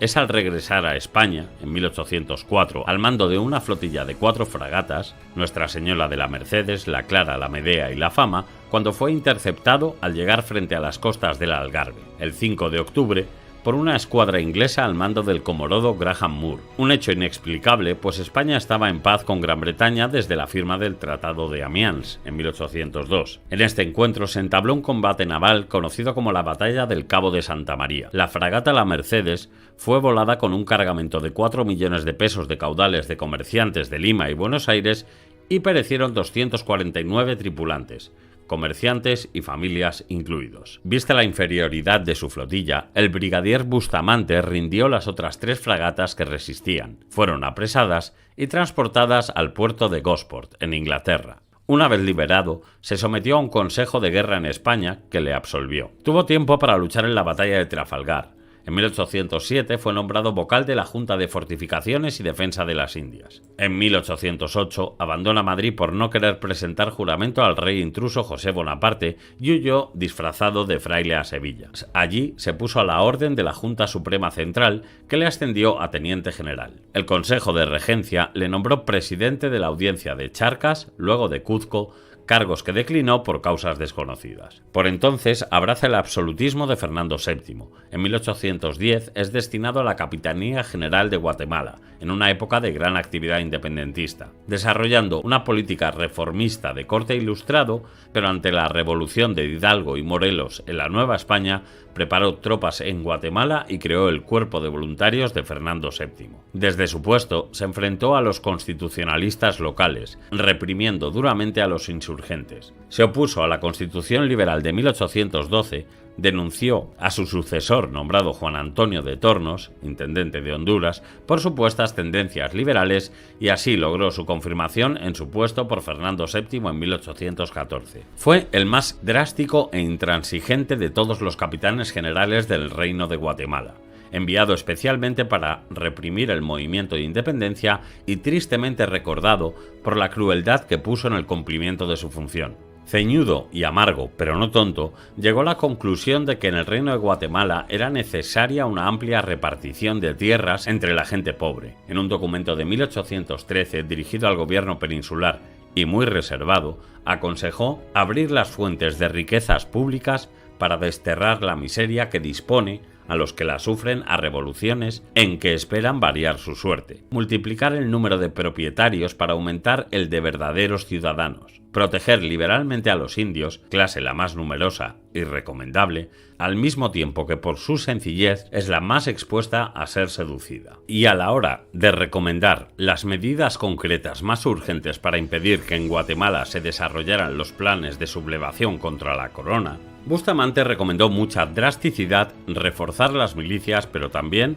que se repartiesen en pequeñas suertes a los mulatos e indios honrados que no fuesen propietarios las tierras que se pudiesen conceder sin perjuicio de tercero, proporcionándoles caudales de fondo de comunidades para los primeros gastos de cultivo. Se trataba de una medida demagógica, pero la eficacia que el presidente le suponía radicaba en que la falta de tierra era un poderoso factor de descontento entre indígenas y mestizos, a quienes llama mulatos según el uso de la época. Y él esperaba que aquellos repartos fueran, por eso mismo, un golpe en contra de la opinión favorable a la independencia. Fue destituido en agosto de 1817 y volvió a España en 1819. Ese mismo año entró nuevamente a formar parte de la Junta de Indias. En 1820 fue recompensado con la Gran Cruz de la Orden Americana de Isabel la Católica y se le nombra director general de la Armada hasta 1822. En 1823 fue integrante de la Junta de Expediciones a América y un año después volvió otra vez a la Dirección General de la Armada y trabajó en el Ministerio de Marina de Madrid hasta su muerte en 1825. Martín de Olavide. Olavide nació en Mérida, Venezuela. En 1784 sentó plaza de guardia marina en el departamento de Cartagena. Por Real Orden ingresó al curso de estudios sublimes, matemáticos, en 1786, concluyéndolos en el 89. Tuvo una vida muy activa en el servicio de la Marina, que inició como corsario contra los moros del Mediterráneo. Apenas era un alférez de fragata cuando lo destinaron a la expedición Malaspina y se embarcó en la descubierta. Estando las corbetas en Filipinas junto con otros compañeros, se separó de ellas a finales de 1792. El comandante le dio instrucciones de volver a España con todos los materiales recopilados a lo largo de un año de exploraciones. Asimismo, quedó comisionado para hacer un levantamiento cartográfico en las proximidades del archipiélago. Se disponía a volver por la ruta de Acapulco cuando sufrió un accidente náutico que le hizo regresar y no volvió a zarpar desde Cavite sino hasta abril de 1794. En aquella navegación logró determinar la verdadera posición de los bajos Bolinao, Masinloc y Mariveles. Martín de Olavide llegó muy enfermo a Acapulco. Una vez restablecido, se dirigió a Veracruz y desde allí embarcó a La Habana, llegando a España en marzo de 1796. Durante este proceso había logrado 2 ascensos, uno en 1789, recién comenzada la expedición, y otro en 1793, a alférez de fragata. Malaspina siempre le consideró acreedor de este grado, y en su opinión había mejorado mucho su calidad de oficial durante la expedición, y le conceptuó como sobresaliente en la ordenación y cálculo de los diarios astronómicos, pues tema buenas bases en matemáticas, dedicándose a esta tarea con gran empeño. Participó en varias campañas marítimas en el Mediterráneo, donde se batió contra los ingleses en 1805 con la toma del islote El Diamante y luego siendo apresado por la escuadra del almirante Calder, que lo llevaron a Portsmouth. En esta época contrajo matrimonio, participó en comisiones diplomáticas y 2 veces en la firma de convenios pacíficos con la regencia de Argel. Con el rango de primer secretario del jefe de escuadra en 1802 y 1803, transportó a personas de la familia real de Italia a España en el navío Reina Luisa, peleando también contra los franceses en 1808. En 1809 llegó a Veracruz y a la isla de Cuba, desde donde transportó unos caudales a la península. Entonces solicitó la capitanía del puerto de La Habana, pero no fue aceptada su petición. Entre los cargos que sí ocupó cuentan el del primer ayudante del comandante principal de matrículas, ayudante de jefe de escuadra para atender pagos atrasados a la marinería y subinspector del arsenal de la Carraca. Sus últimas comisiones las desempeñó en Venezuela. En 1813 fue enviado al puerto de Maracaibo para cuidar del orden y tenemos noticias de que permaneció en este destino hasta por lo menos 1818. No se sabe cuándo regresó a España, pero en 1825 falleció en la isla de León, habiendo alcanzado el grado de capitán de fragata. Otro personaje del que tenemos constancia que estuvo en la Atrevida y realmente importante fue el botánico Louis Ney.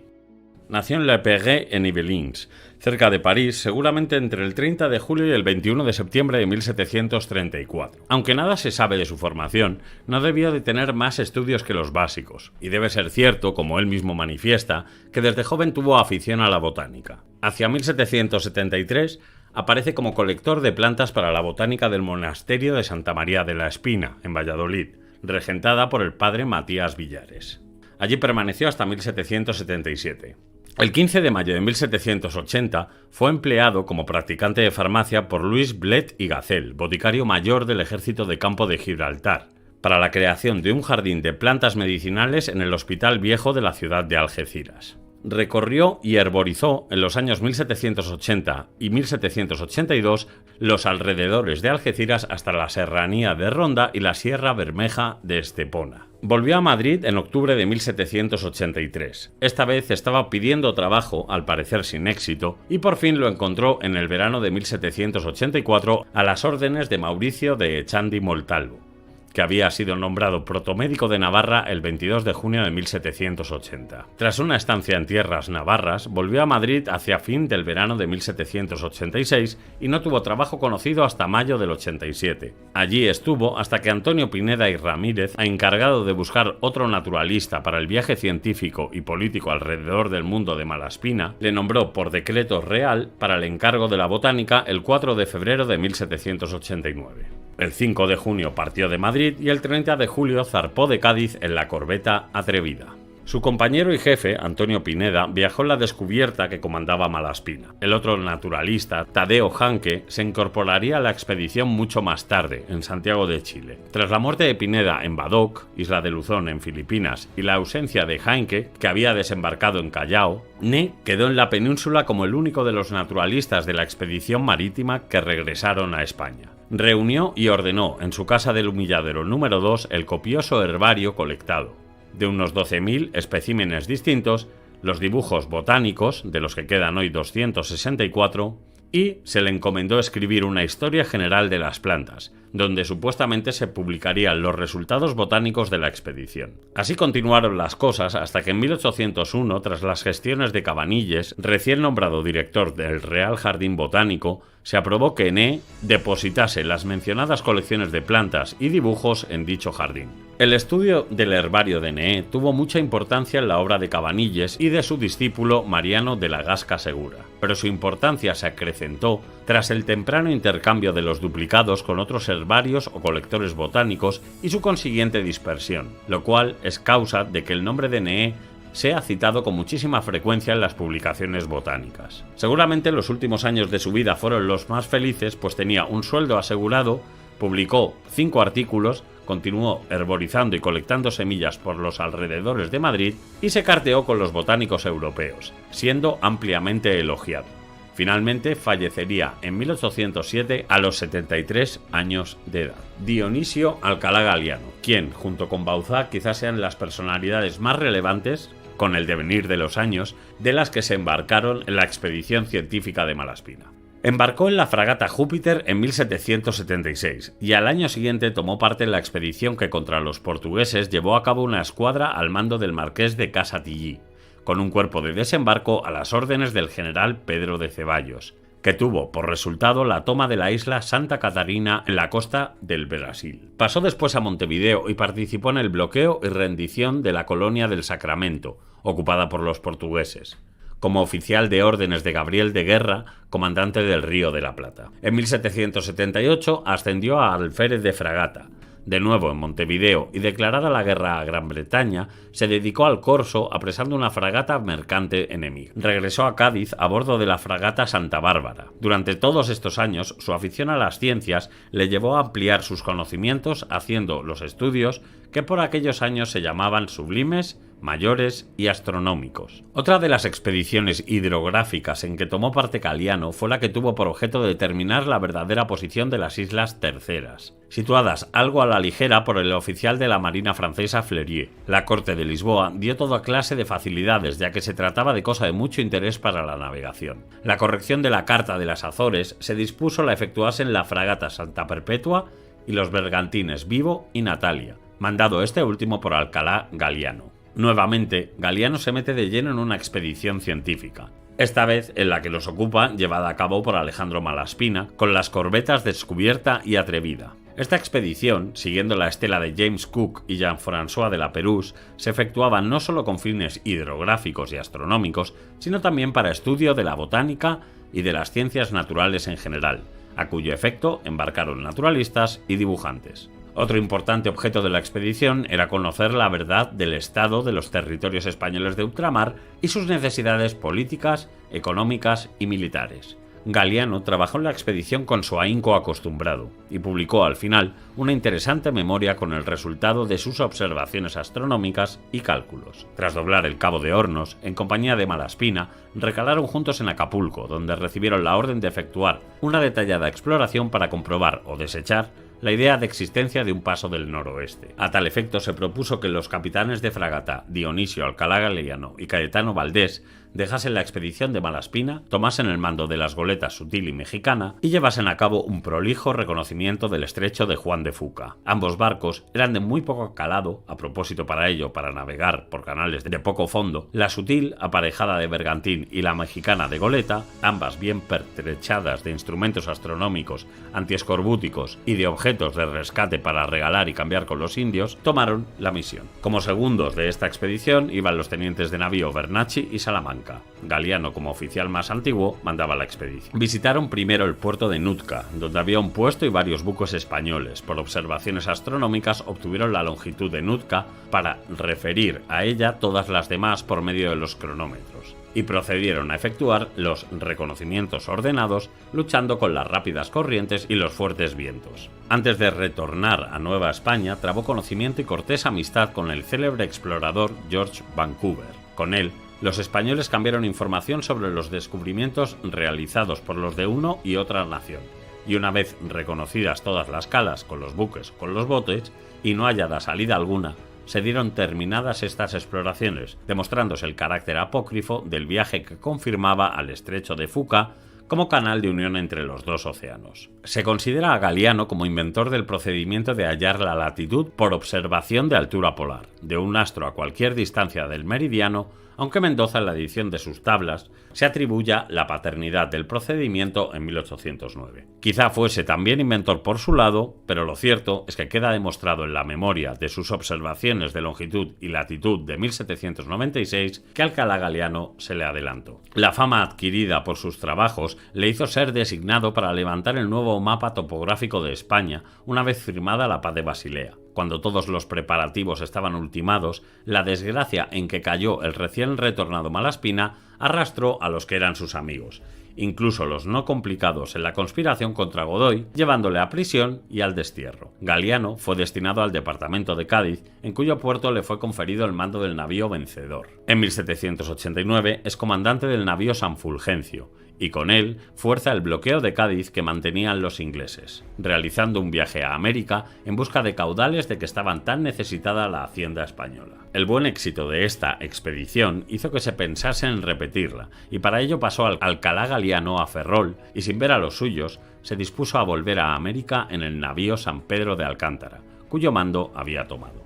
A la ida burló a sus perseguidores, pero no así a la vuelta, pues habiendo entrado en La Habana procedente de Veracruz, cuando llegó la hora de salir, encontró vientos contrarios, junto con las fuerzas británicas esperándolo en superior número. Hubo de esperar para salir de La Habana a la firma del Tratado o la Paz de Amiens. A su regreso a Cádiz, le fue conferido el mando del navío Bahama, de 74 cañones. Feo en su exterior, aunque hecho de soberbio maderaje de cedro con tablazón de grandes dimensiones, encogido de proa y popa, mal configurado, así como airoso de costado. Muy velero navegando a un largo, aunque ciñendo el viento, no era de los más finos, y buque por otra parte destinado a servir, al que en esta ocasión tomaba su mando, de glorioso teatro sus hazañas y muerte en un memorable y fuerte combate. Esto escribía su hijo Antonio en sus memorias sobre el buque. El buque formaba parte de una escuadra que debía ir a Nápoles a buscar a la futura princesa de Asturias, pero la boda con el príncipe don Fernando se aplazó, y la escuadra entró en Argel en vista de miras diplomáticas. El Bahama, con la fragata Sabina, se destacó para desembarcar una comisión relacionada con el mismo asunto. La escuadra pasó seguidamente a Cartagena y allí el Bahama fue incorporado a la escuadra del Marqués del Socorro, destinada a ir a Nápoles a buscar a la princesa María Antonia de Borbón, prometida del príncipe de Asturias. También participó en la batalla de Trafalgar, donde Alcalá Galiano presentía el duro golpe que iba a recibir España en su armada, y estaba resuelto a perecer con honor. Dirigiéndose al guardiamarina Butrón, su pariente, y señalándole la bandera, le dijo: «Cuida de no arriarla aunque te lo manden, porque ningún galiano se rinde y ningún butrón debe hacerlo. El Bahama, barco que capitaneaba, se batió heroicamente con 2 navíos enemigos y en algún momento con 3. En la enérgica defensa que Galiano realizó de su buque, recibió primero una contusión en la pierna a consecuencia de un balazo que le dobló el sable. Después, un astillazo en la cara que le hizo perder mucha sangre, negándose a dejar su puesto, y otra bala le arrebató el anteojo de las manos.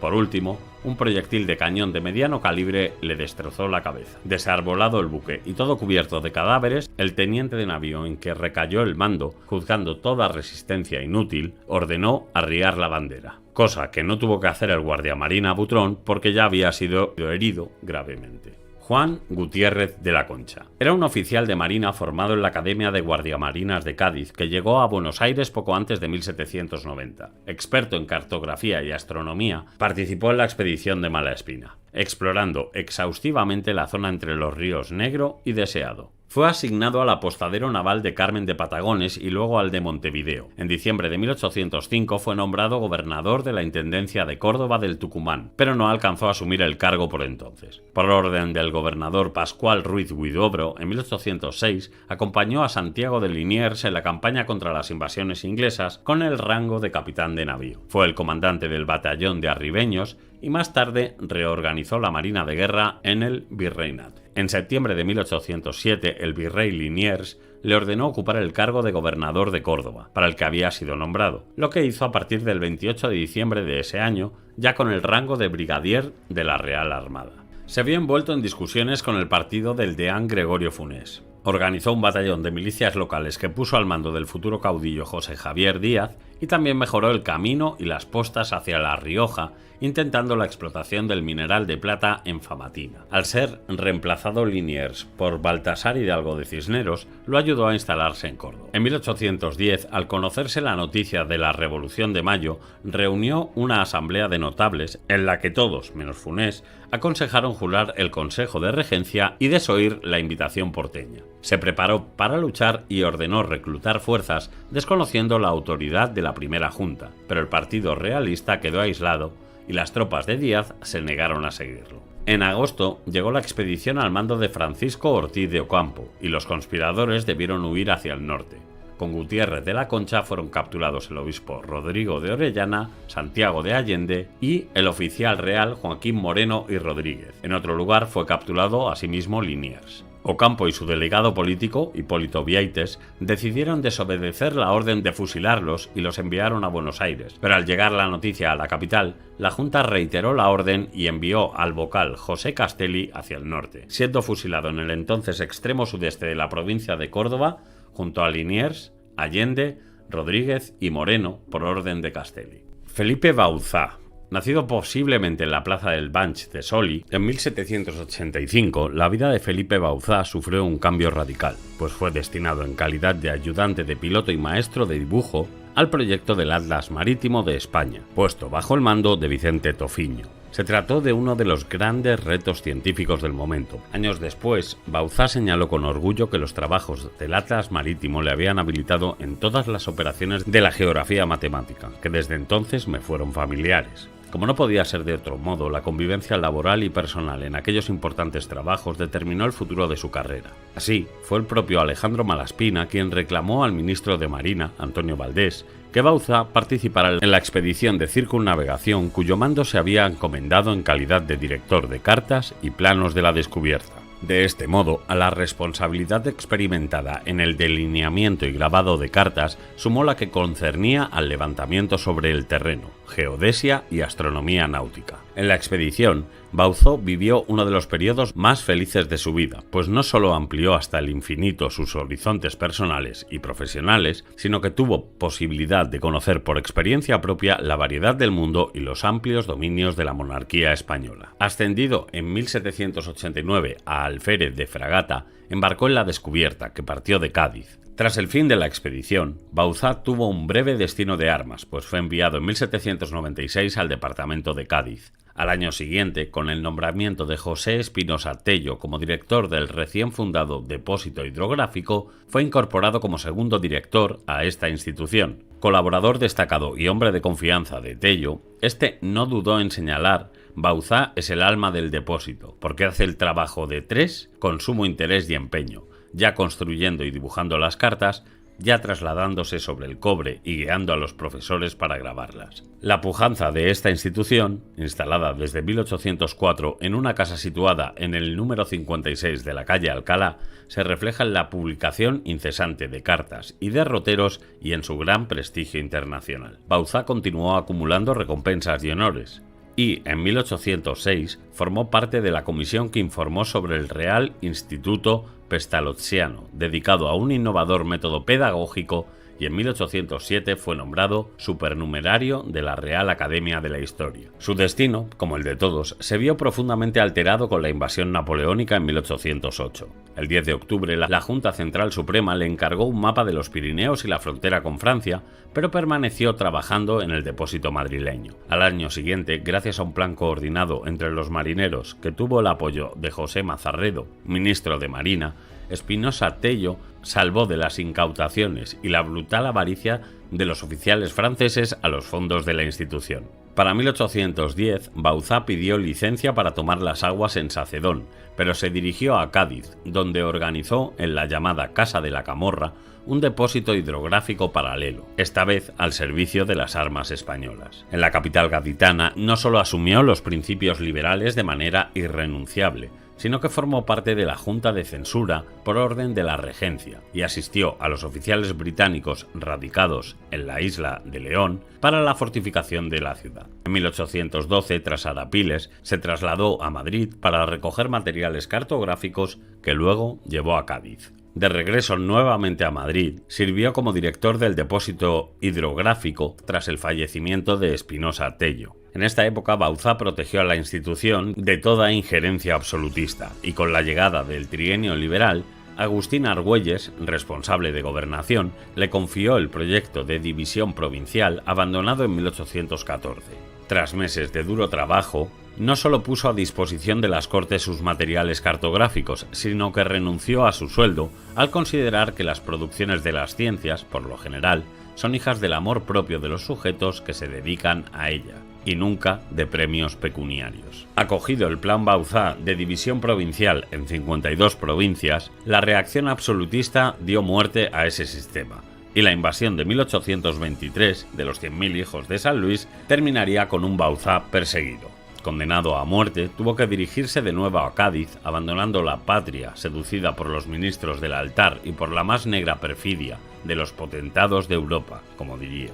Una vez en Cádiz, embarcó en el buque inglés Falcon que le llevó a Gibraltar, y tras recuperar sus 10 baúles con libros y mapas, en noviembre de 1823 se desplazó a Londres. En Londres continuó con sus trabajos geográficos colaborando con la Hydrographical Office, a la que aportó valiosos datos que fueron incorporados a las cartas británicas con su nombre. Durante su exilio siguió trabajando de forma ferviente y a finales de 1833 el decreto de amnistía de la reina gobernadora le permitió el regreso a España, cosa que no pudo cumplir, pues murió de una hemorragia cerebral el 3 de marzo de 1834. Bien, y hasta aquí hemos visto a los protagonistas de ambos navíos, así que para el próximo vídeo vamos a ver la expedición en sí, que intentaremos dividir porque van a ser varios episodios también, y el retorno y la valoración final de dicha expedición científica. Hemos alcanzado el mes de julio, los preparativos han concluido. Cada cosa está en su sitio, atada y bien atada, más o menos. Solo el retraso en recibir los libros e instrumentos comprados en París mantiene a las corbetas amarradas en puerto. La fecha de salida se fija para el cercano día 30, aunque el envío no llegue tal y como sucede. Es jueves, festividad católica de San Pedro Crisólogo, a quien confiaron los capellanes el éxito del viaje en su oración matutina. Tadeo Heinke no embarcó, inició el camino en Viena, pasó por París y Madrid y llegará a Cádiz con 2 días de retraso. Si hubiese acelerado el paso, otro gallo cantaría. Sus compañeros no le esperan. Tendrá que viajar por su cuenta y riesgo. Llegará a América nadando. Más adelante conoceremos los pormenores. El comandante de la expedición da la orden de partir, y la aventura comienza. Los marineros se hacen a la mar, confundidos por el ajetreo de las maniobras y los adioses de familiares y amigos. Marchan imbuidos por la añoranza del hogar y el incierto futuro que conlleva afrontar una empresa de tal envergadura. El embarazo del equipaje, el amontonamiento de las provisiones y las estrecheces de los aposentos generan un clima de incomodidad que empeora el ánimo de quienes, como el naturalista Antonio Pineda, rompen violentamente con su presente, rememorando los dulces objetos que deja e imaginando los peligros que acechan. Pasajeros como él comparten sentimientos contradictorios de alborozo y temor a la desconocida. La suerte está echada y no hay marcha atrás. Escoperta y Ardita, así las nombra Malaspina en la familiaridad de su idioma natal. Levan anclas, comienzan a balancearse suavemente por las aguas de la bahía y el viento de levante favorece la maniobra. En 2 meses esperan alcanzar tierra firme. Lo cuenta Fabio Ponzone en unas pocas líneas improvisadas a su padre desde el camarote de la descubierta. Son 2 barcos cargados de ilusiones, de sueños, de anhelos, sentimientos propios de la condición humana que los gobierna. La Atrevida anda algo remisa en la salida porque falta el alférez de fragata Martín de Olavide. Fue a buscar un sexante y se retrasó. Los alcanzará en el bote del Práctico, que lo sabe y espera. En el reloj de José Bustamante son las 11:15 de una mañana, con semblante muy agradable, cuando las corbetas ponen rumbo hacia las Canarias. 3 días tardan en avistar la isla de Tenerife. La inequívoca cúspide volcánica del Teide marca su cercanía. El trayecto no tuvo mayores contratiempos que los mareos propios del viajero novato, inadaptado aún al continuo traqueteo de la embarcación. Tampoco faltó la presencia de algún polizón burlador de la vigilancia portuaria. Las habituales procelarias, aves de negruzco plumaje y tamaño de un estornino, acompañan a los marineros acompasando su aleteo al oleaje, deslizándose entre las olas con atrevidas piruetas. A vista de catalejo, la isla es un espacio sugerente. El térreo color rojizo se combina agradablemente con achaparradas y sorprendentes formas arbóreas. En el horizonte se perfila ahora la isla de Cabo Verde, donde el tráfico de esclavos es moneda cotidiana. En la travesía se cruzan con el Phillips Stevens, que desde Inglaterra se dirige al puerto de Old Calabar para completar otro cargamento. En los días 6 y 7 de agosto, las corbetas alcanzan el trópico de Cáncer, cortan la línea y lo hacen acompañadas por un viento recio y la estrepitosa parafernalia de truenos y relámpagos propia de las turbonadas. La pesca ocupa todo el ocio de los marineros, una afición que a los naturalistas les viene de perlas para enriquecer sus conocimientos examinando el botín. Además, de vez en cuando se envía un bote a capturar algún ejemplar avistado en el horizonte y, si la ocasión es propicia, se toman muestras de agua con la intención de estudiar variaciones en la temperatura a distintas profundidades. Tiburones, delfines, bonitos, voladores, medusas y holoturias componen una variopinta fauna acuática acompañada de fragatas, gaviotas y pájaros bobos. Sin embargo, fue una insignificante oruga la que captó la atención de los viajeros. La larva había contaminado el cargamento de pan, causando repugnancia entre una tripulación poco dispuesta a consumirlo. Bajo el microscopio, el repelente gusano resultó ser un gigante cabezón de ojos saltones y un anillado cuerpo peloso sostenido por varios pares de patas, que pronto se convertirá en una pulcra palomilla blancuzca de largas antenas. Según los científicos, el animalillo no ofrecía riesgo para la salud, al contrario, aportaba proteínas. De nada sirven las protestas, el pan no se tira. El 29 de agosto, los barcos cruzan el trópico de Capricornio. La temperatura desciende bruscamente. El viento sopla fuertemente favoreciendo la navegación y causando la rotura de 2 maderos de la arboladura de la descubierta. A los pocos días avistaron la isla Trinidad y el 13 de septiembre se hallan próximos a concluir la primera etapa del viaje, la desembocadura del Río de la Plata, que emerge cual merecida recompensa.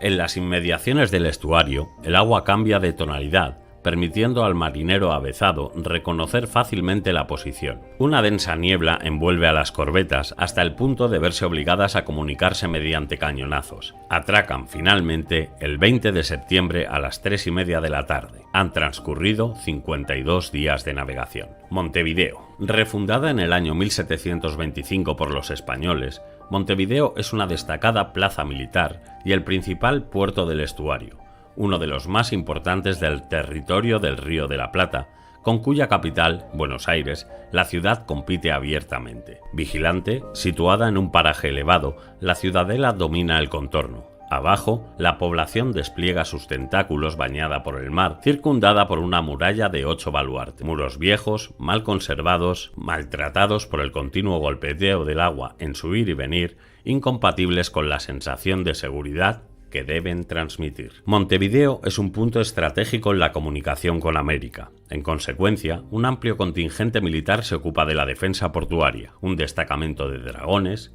un grupo de artilleros, una compañía de infantería, una fragata de guerra y lanchas cañoneras imponen la ley del más fuerte. Del puerto, una ensenada con forma de herradura, distan 2 millas escasas hasta la ciudad, cobijo de 20.000 almas que habitan casas de mampostería distribuidas por sucias calles mal empedradas y arrabales utilizados como mataderos. Los alrededores rebosan de humildes construcciones de piedra, adobe y techos de paja. Sencillos corrales con 4 estacas y una cubierta de cuero salvaguardan el ganado. El Cerro del Pan de Azúcar domina la región occidental cual faro pétreo que es. La estructura granítica de su base refleja la continuidad continental del fondo marino, y las columnas basálticas que sustentan la cima delatan su condición volcánica. Hubiera podido pasar por un esplendoroso jardín botánico poblado de especies como mimosas, ficus, palmeras y rododendros. Cisnes, chorlitos, patos, gaviotas, cormoranes, garzas, gorriones, perdices, buitres, halcones, palomas, colibríes, ciervos, zorros y mofetas se cuentan también entre sus moradores, multiplicando la naturaleza. Algunos de estos ejemplares viajarán a Europa disecados y formarán parte de la primera remesa de objetos naturales remitida a Madrid. Amplios arroyos, hermosas alamedas y gigantescas dehesas, donde vagan indolentes los rebaños de vacas y caballos, cubren las cercanías de Montevideo. La ganadería constituye la principal actividad comercial de los lugareños, aprovechando los abundantes pastos distribuidos generosamente por las praderas, donde los animales proliferan sin control. La abundancia es tal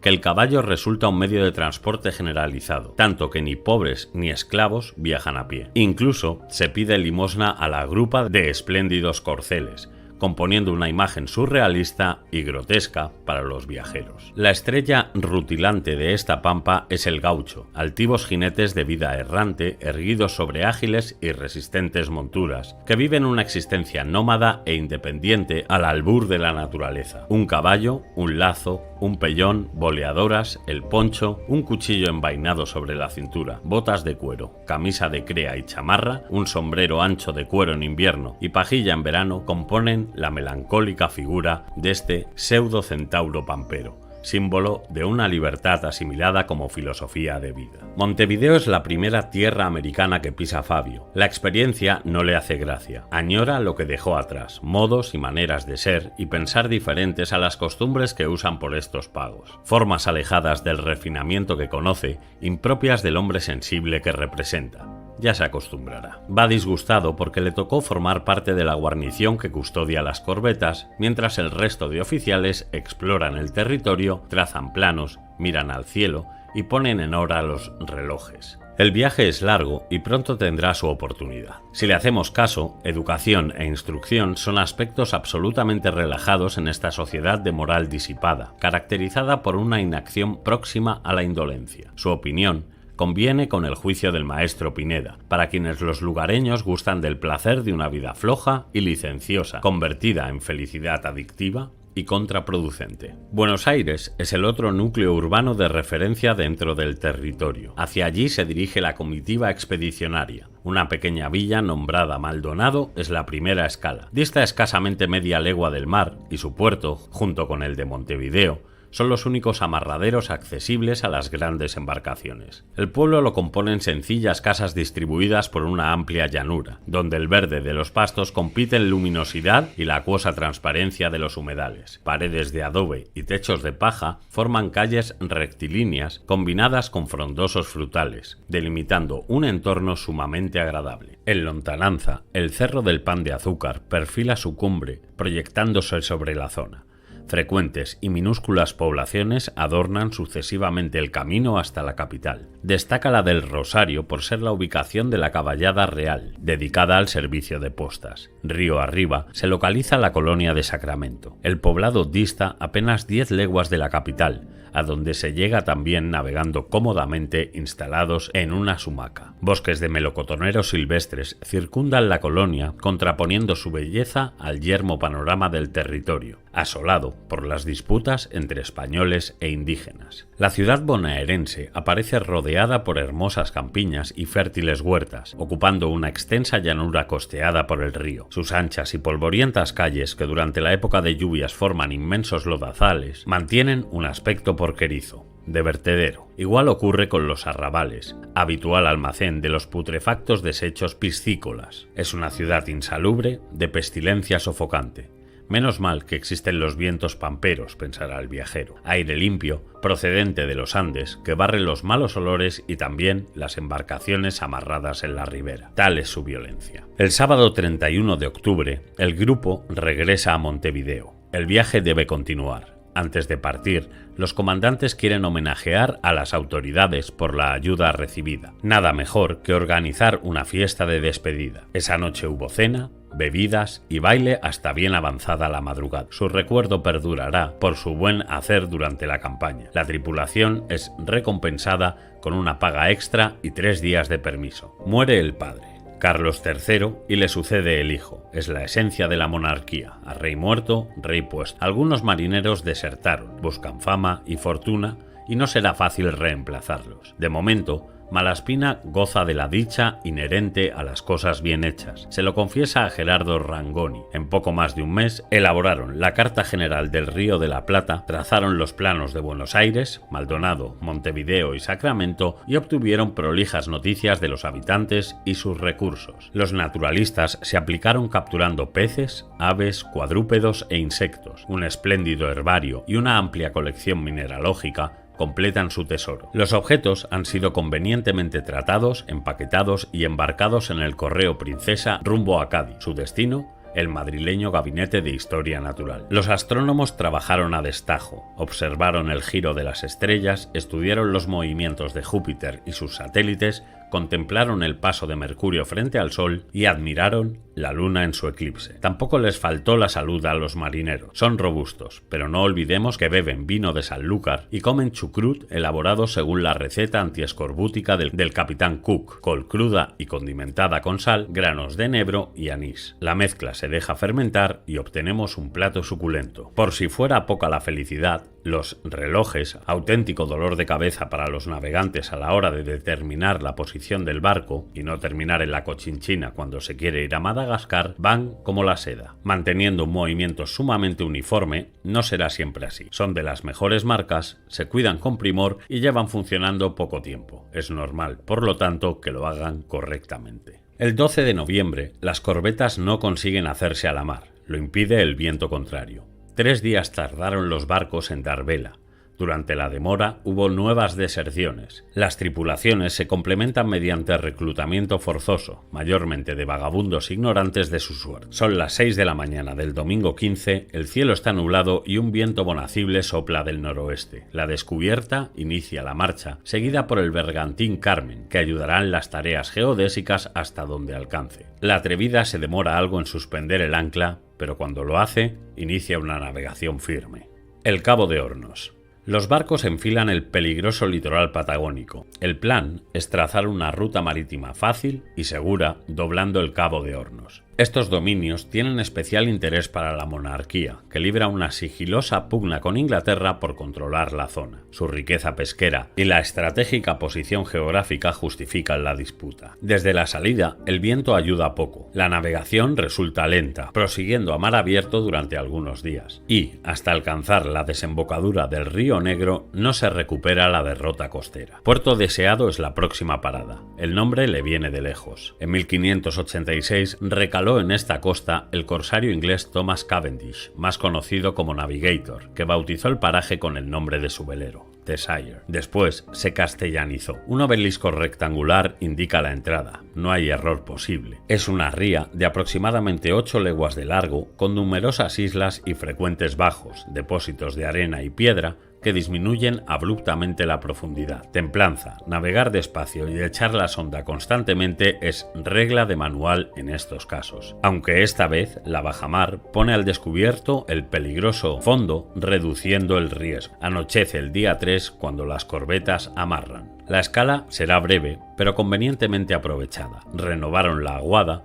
levantaron el plano portuario, observaron el firmamento y escrutaron la tierra recolectando bichos, plantas y piedras por doquier. Objetos que servirán de pasatiempo para los naturalistas durante la arriesgada travesía por el Cabo de Hornos.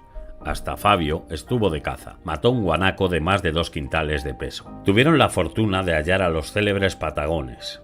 Es un grupo pequeño, conocen a José de la Peña, piloto del bergantín Carmen, y pronto vendrán a su encuentro. Algunos chapurrean español porque en estos parajes existió la malograda colonia fundada por Francisco Viedma en 1779, y aún recuerdan algunas palabras. El idioma ayuda a confraternizar, y la ocasión es inmejorable. Malaspina no pierde el tiempo, desembarca intrigado y con su don de gentes sabe ganarse la confianza de estos felices nativos repartiendo galletas o regalando coloridas baratijas que adornarán sus cuerpos durante meses. Son pacíficos y repudian el robo, aunque acostumbran a fumar tabaco y beben demasiado aguardiente. La salida de Puerto Deseado fue difícil. La siniestra orografía y las malas condiciones de navegación impiden la partida hasta el amanecer del 14º día de diciembre, cuando el viento infla el velamen empujando las naves hacia el extremo occidental de las Islas Malvinas. Puerto Egmont es el objetivo. 3 días bastan para avistar el fondeadero, una travesía rápida acompañados por ballenas y lobos marinos. Es uno de los mejores puertos conocidos, escribe el capitán Bustamante en su diario. Al suroeste se localiza el antiguo desembarcadero, antaño refugio de barcos ingleses que se acercan a estas aguas atraídos por la clandestinidad del lugar. Rápidamente se emprenden las labores de aprovisionamiento. Primero, renovar el agua y recoger leña.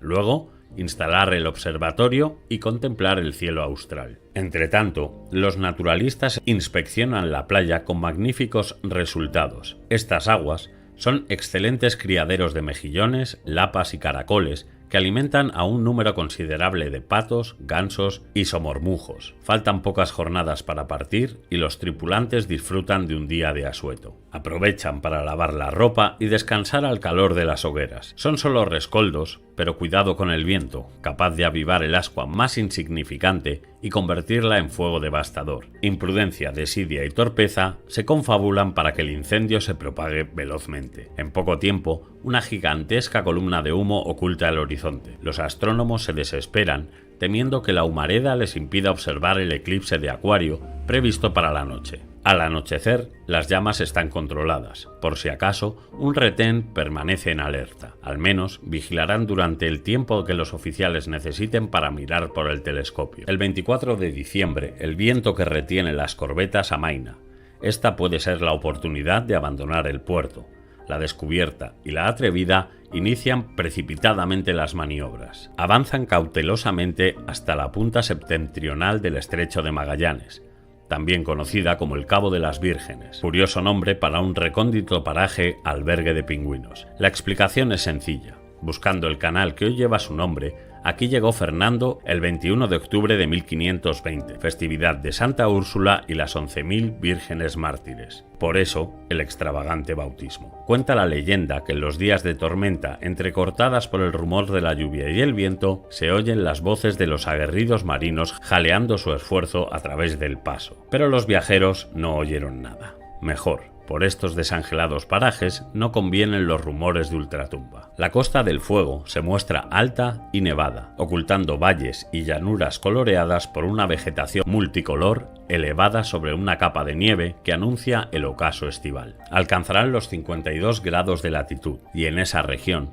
soplan vientos temibles apodados los 50 furiosos. Luego, llegados al paso Drake, rugen los 60 aulladores. con olas cortas y empinadas, arrastrando incontrolados icebergs que amenazan destruir las frágiles embarcaciones solo con pensarlo. Son estos contornos inciertos, donde la nada lo envuelve todo, resquebrajando el ánimo del navegante, que sospecha el peligro de una naturaleza indómita. Acechan el frío, el hambre, la soledad y el naufragio. Aventurarse por el océano austral es temerario, pero no hay marcha atrás, ni es la primera ni será la última. Ya es año nuevo, y en la madrugada el horizonte se cubre de niebla y cae una granizada fina. Ayer quedó atrás la isla de los Estados. El estrecho de Maire no parece un paso aconsejable para que la marina mercante transite por la zona. Lo afirma Bustamante con conocimiento de causa. Doblar el Cabo de Hornos es inminente. Hace frío incluso para los instrumentos. La temperatura del reloj número 10 descendió a 7 grados, cuando debe oscilar entre 9 y 10. Si alcanza los 5, deja de funcionar correctamente. Las bajas temperaturas densifican el aceite protector, aumentando la resistencia mecánica, y el aparato finalmente se desajusta, perdiendo fiabilidad. Hay que impedirlo a toda costa. Se calienta el reloj con una vela hasta que recupera la temperatura. De ahora en adelante se colocará en un camarote junto a un farol encendido que caldee día y noche. También preocupa la salud de los marineros. Desde las Islas Malvinas se aumentó la ración de pan, la de coles y el suministro de vino, que creció un cuartillo diario. Si no cura, al menos reconforta. Recorrer la Mar del Sur fue menos terrible de lo esperado, incluso bonacible en algunos tramos. Los malos augurios no se cumplieron y nadie diría que estos parajes son el horror de los navegantes, opina don José Bustamante. ¿Será porque es un año benigno? El mar está proceloso, pero no impide el reconocimiento detallado de la costa. Mediado enero, divisan el Cabo Pilares, la entrada occidental del Estrecho de Magallanes. Tierras áridas, altas y entrecortadas, emergen a este lado, calcando la orografía de la Patagonia oriental. Alcanzadas las aguas del Pacífico, las corbetas se dirigen a la isla Chiloé. El calendario marca el día 25 de enero.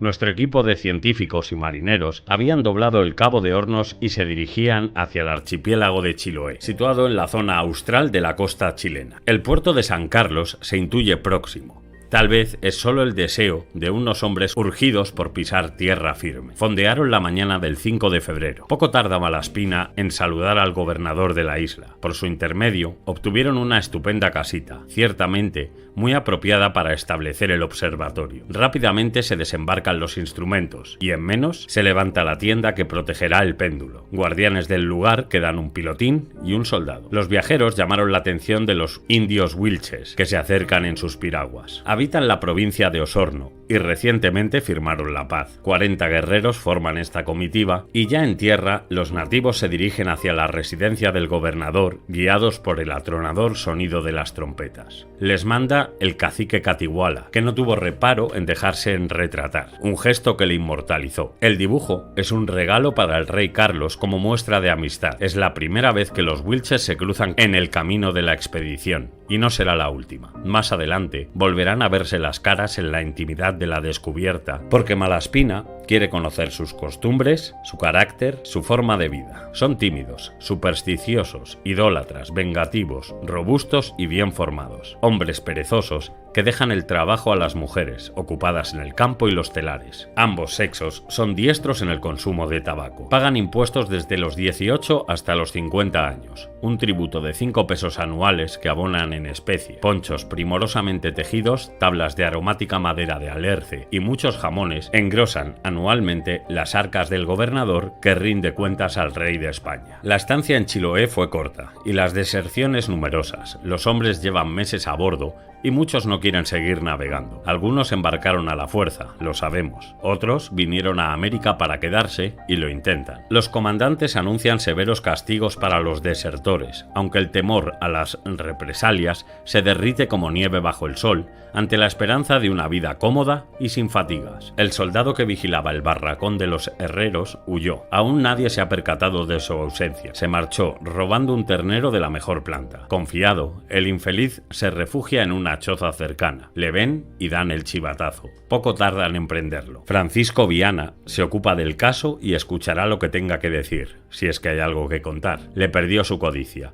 Un acomodado labrador le prometió casamiento con una de sus hijas, haciéndole partícipe de su hacienda. Su condición militar se resquebrajó, aplastada por el amor y el dinero. Tuvo un castigo ejemplar, carrera de baquetas. Pagó los platos rotos por los demás fugitivos. Resulta inhumano verle correr sobre cubierta, pasando entre dos filas de soldados que azotan con saña su torso desnudo sangrante, despellejado. Cuando terminen, los médicos lo curarán. Al fin de cuentas es su oficio. No estaría de más que avisaran al cura. El 19 de febrero reemprenden la marcha. Antes pasaron 3 días rebotando contra vientos y mareas. Finalmente logran dar vela. La expedición anhela llegar a Lima, la emblemática capital peruana, donde se ha programado un reparador descanso. Será a partir del mes de mayo cuando lleguen las merecidas vacaciones. Hasta entonces quedan muchas millas por recorrer. Los puertos de Talcahuano, Valparaíso, Coquimbo, Arica llegarán a su debido tiempo en este orden. El Callao, la puerta del Perú. Las corbetas ya no se dirigen a Valdivia, porque las adversas condiciones atmosféricas lo desaconsejan. Se cambia de planes. La bahía de Talcahuano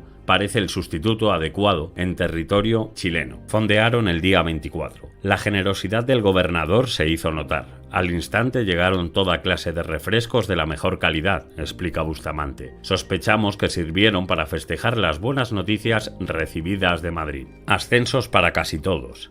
Gracia concedida por su majestad Carlos IV celebrando su pasada entronización. La carta llegó en el correo de Buenos Aires. Alejandro fue nombrado capitán de navío. Reconocieron sus méritos, circunstancia que la Marina antepone a todo lo demás. Lo piensa así Fabio y lo escribe en sus cartas.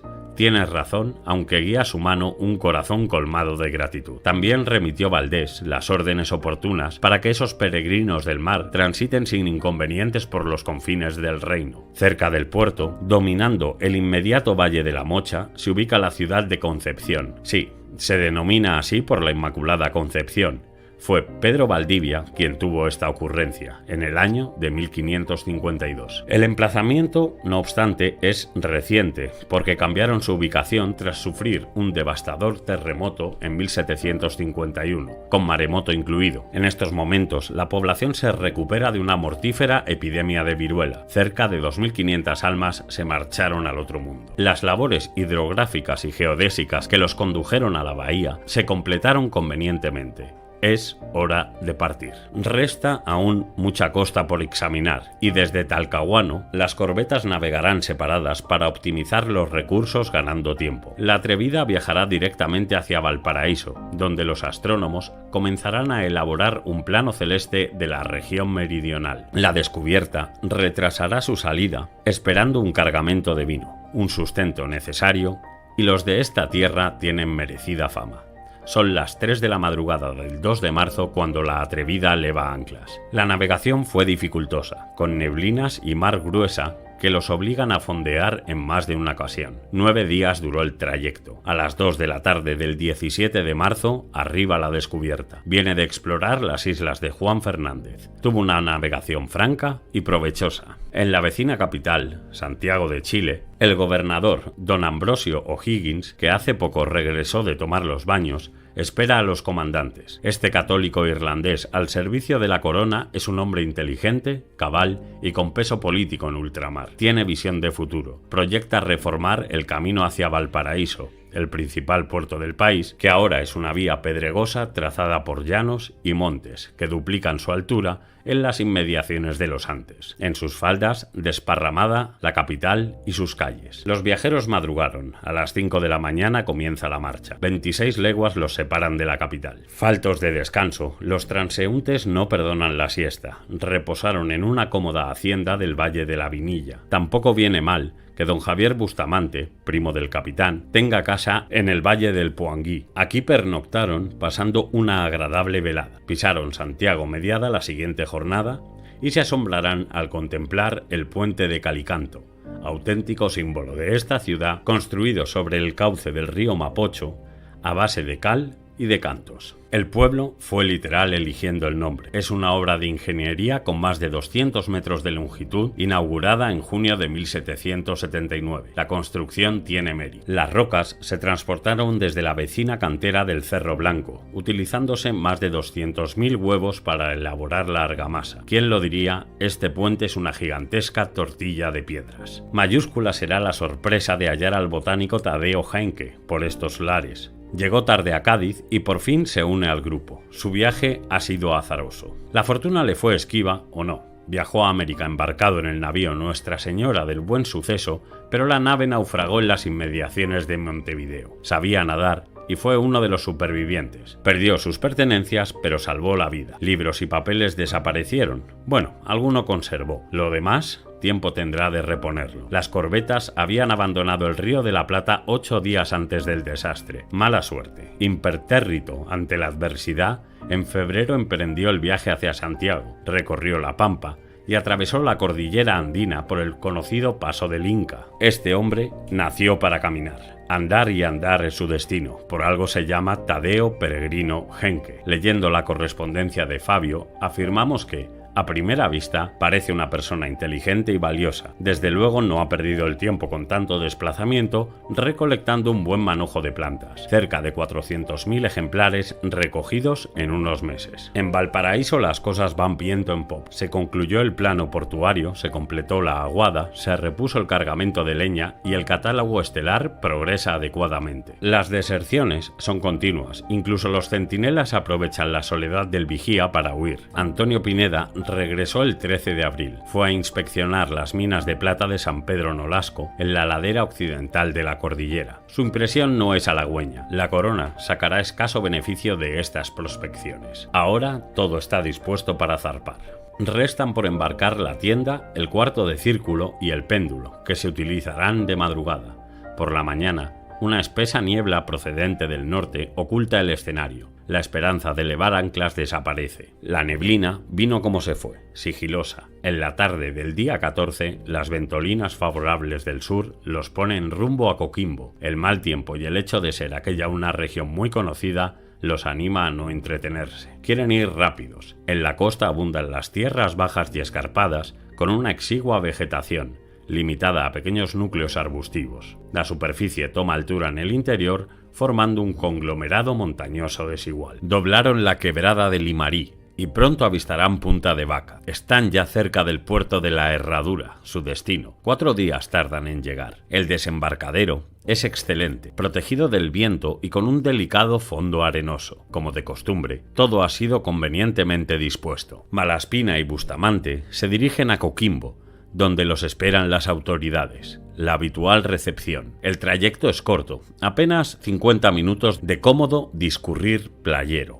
Muy agradable en bajamar y algo molesto con el agua crecida. En su tramo final, el camino se tuerce hacia el interior, evitando las zonas pantanosas, que separan la población del mar. La ciudad es un lugar agradable, con buena climatología, hermosas vistas, aguas cristalinas, fértiles llanuras y un caudaloso río sobresaliente en regar los campos y mover molinos. Un espacio maravilloso cercano a la ficción, según el sentir de Alejandro Malaspina. 48 horas bastaron para concluir las tareas, pero el país es una importante región minera con yacimientos de oro, plata y cobre que avivan la expectativa de la monarquía. Últimamente, se descubrieron nuevos depósitos de mercurio y nadie mejor que los naturalistas para proceder al examen. Tienen de plazo hasta final de mes, fecha fijada para la salida. Regresarán antes. Las minas de oro y mercurio de Andacollo y Punitaqui están cerca. Para el día 28 ya han regresado. Para llegar, primero hay que recorrer un camino llano y arenoso hasta la ladera del cerro donde se ubican. Luego, es necesario transitar por pedregosas quebradas que conducen a la entrada de cada explotación. Durante la espera, la tropa se entretiene practicando el tiro al blanco. La idea ha sido del comandante. Los mejores tiradores reciben un premio en especie, vino y tabaco.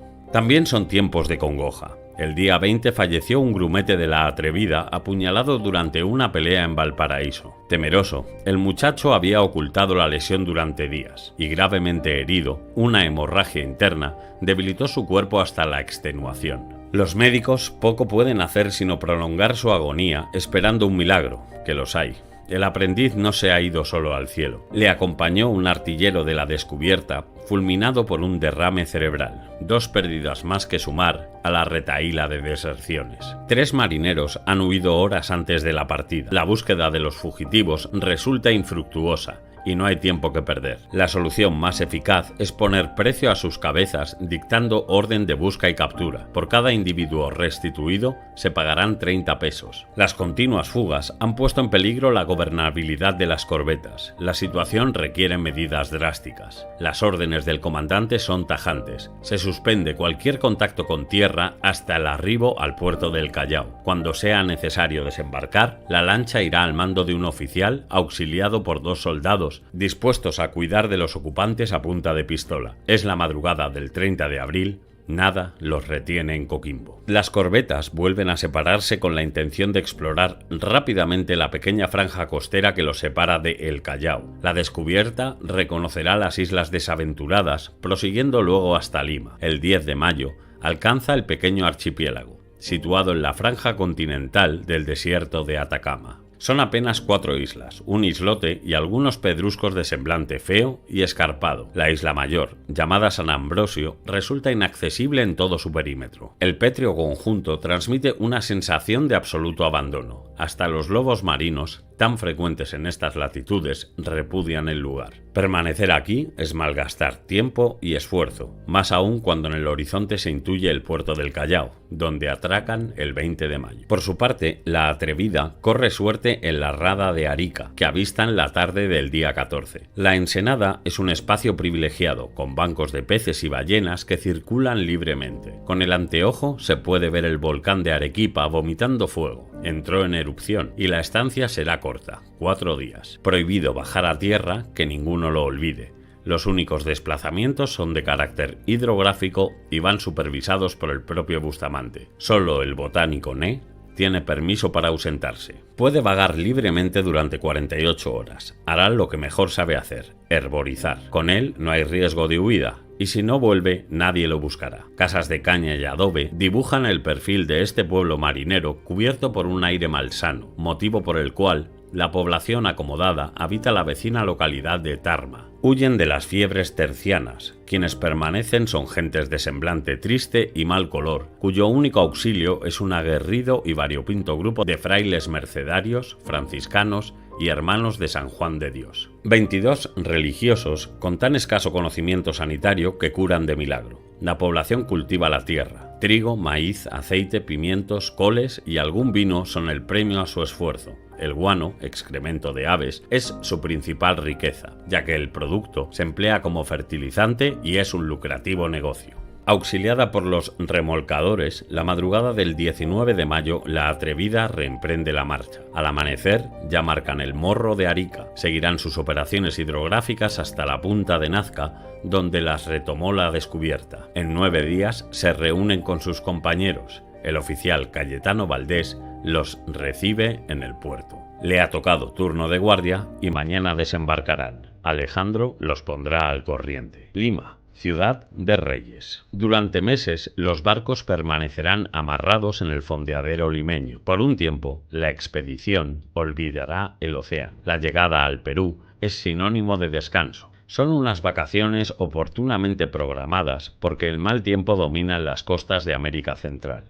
Además, las tareas pendientes son numerosas: acopiar víveres, revisar las naves, ordenar el material científico y conocer un territorio cardinal para la monarquía. Malaspina es enemigo declarado del bullicio, los altercados, la ociosidad y el libertinaje de la vida limeña. Busca tranquilidad y recogimiento para su equipo, y lo van a necesitar si quieren organizar tanto material. Esta ciudad, antaño ciudad de reyes, ha cambiado. Todas las circunstancias invitan al vicio y al delito, escribe Bustamante. Los marineros son hombres rudos y habrá que controlarlos para evitar desmanes. El dinero puede ser el medio apropiado. Cada individuo recibirá 2 reales diarios y 4 más a cuenta de la paga por día trabajado. Tropa, pilotines y oficiales de mar tienen trato de favor. Cada mes recibirán el sueldo íntegro a condición de practicar una vida ordenada. Las corbetas son 2 esqueletos, se vaciaron de contenido. Fuera tonelería, velamen, aparejo, víveres y demás pertrechos. Contienen solo lastre y artillería. El forro de cobre aguantó bien las acometidas del oleaje. Está en buen estado. A simple vista no parece necesario calafatear, ni se observan goteras en la cubierta, y los arreglos serán pocos. Se atenderán solo las averías importantes porque aquí los sueldos son elevados y el gasto se dispara. Los desperfectos que puedan esperar se repararán en San Blas, donde la mano de obra es más barata. Malaspina conduce el grupo al vecino pueblo de La Magdalena. Encajonaron libros, instrumentos, planos, papeles y colecciones de historia natural. Todos los objetos se transportaron a la casa de campo, cedida por los monjes de la Buena Muerte. Aquí se hospedarán, ajenos a la diversión. El pueblecito se localiza en el valle del río Rimac, lejos de la capital. Agua clara y aire puro. Un lugar idóneo para el reposo y la meditación, sin entretenimientos. Los oficiales trabajan a destajo revisando los datos hidrográficos, astronómicos y geodésicos obtenidos desde el ya lejano Montevideo. Hay que pasar a limpio 9 meses de duro trabajo. La tripulación, por su parte, permanece acuartelada en las dependencias de los religiosos para evitar deserciones. Las corbetas mantienen un retén de guardia y custodia compuesto por 4 marineros bajo el mando de los correspondientes oficiales y suboficial. Los enfermos han sido recluidos en una sala aislada del hospital de Bellavista, atendidos por los médicos de la expedición. Bustamante es una persona refinada y tiene razón, digámoslo. Un establecimiento tan concurrido es incómodo. ¿Por qué pasar estrecheces si hay alternativa? La suya es alojarse en una casa cercana, propiedad de un conocido. Se imagina la situación disfrutando por anticipado del lugar. Sueña con entretenidos y saludables paseos a caballo, viajes a El Callao y Lima, una vida cómoda y divertida, pero sin olvidar el trabajo. La idea la medita don José sin sospechar que unas fiebres inoportunas le postrarán en cama ahorrándole placeres. Para él, solo reposo y buenos alimentos. A primeros de junio, cada cual sabe lo que tiene que hacer. Los naturalistas Nee y Hanke han comenzado su recorrido por quebradas, valles y montañas camino de los Andes. La naturaleza los llama. Van en compañía de los botánicos Juan Tafalla y Francisco del Pulgar, que conocen estos andurriales y cuentan con la protección de 2 soldados duchos en habla indígena. Antonio Pineda tiene que esperar para hacer lo que más le gusta, explorar.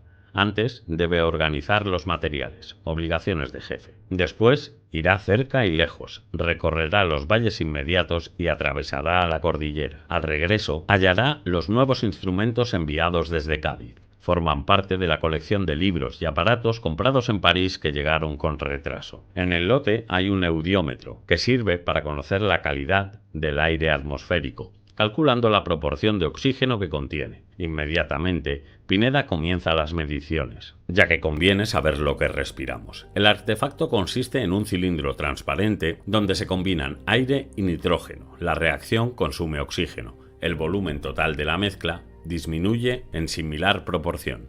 Una escala graduada indica el resultado. No hay duda, la brisa marina purifica los pulmones. Pasan los meses. Agosto avanza en su segunda quincena y don Alejandro tiene al personal atareado. Trabajan a destajo y cualquier hora es buena. Los contentan con comida abundante. Se lo cuenta por carta a su amigo y confidente Paolo Greppi. En 25 o 30 días partirán. Antes de cambiar de continente, examinarán las costas que discurren por Guayaquil, El Realejo, Panamá, Acapulco, San Blas y el litoral noroeste. El esfuerzo no ha sido en vano y las cartas esféricas reflejan minuciosamente la navegación desde Buenos Aires hasta Lima, mapas compuestos con un rigor desconocido hasta la fecha. No los hay mejores. El cielo se estudió con idéntica pasión y buenos resultados. Los oficiales astrónomos conocen su oficio. Y la Tierra fue expurgada sistemáticamente gracias al celo de unos naturalistas ansiosos por conocer el mundo que los rodea. La remesa que envían a Madrid es ingente. Una voluminosa memoria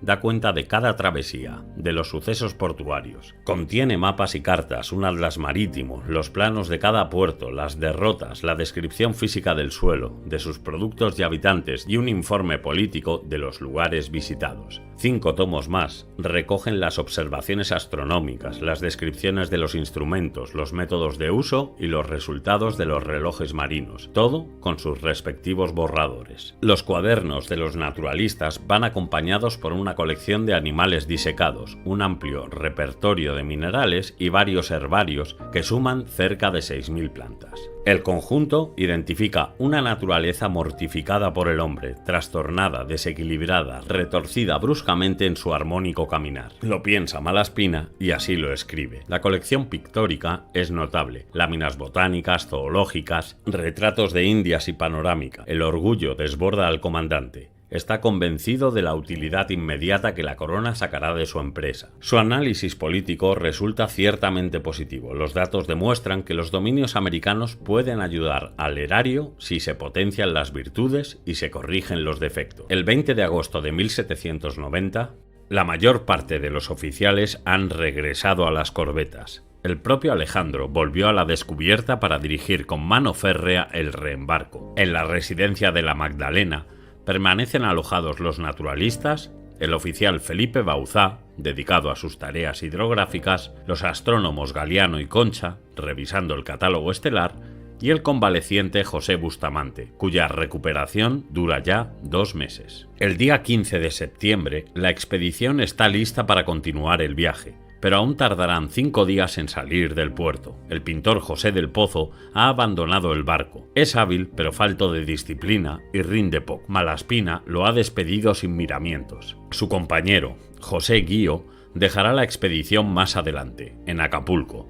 Es laborioso, muy capaz y excelente dibujando plantas y animales, además de un experto disecador, colaborador habitual de Antonio Pineda, que lo estima. Nadie entiende la decisión de abandonar el barco. Otros ocuparán sus literas. Juan Ravenet y Fernando Brambilla, italianos ambos, pintores al gusto del comandante. Contaron con otra baja, inesperada y sensible. El reloj número 13 ha dejado de funcionar. Poco pudo hacer el buen relojero limeño, Pedro Pimentel, sino darle algo de cuerda.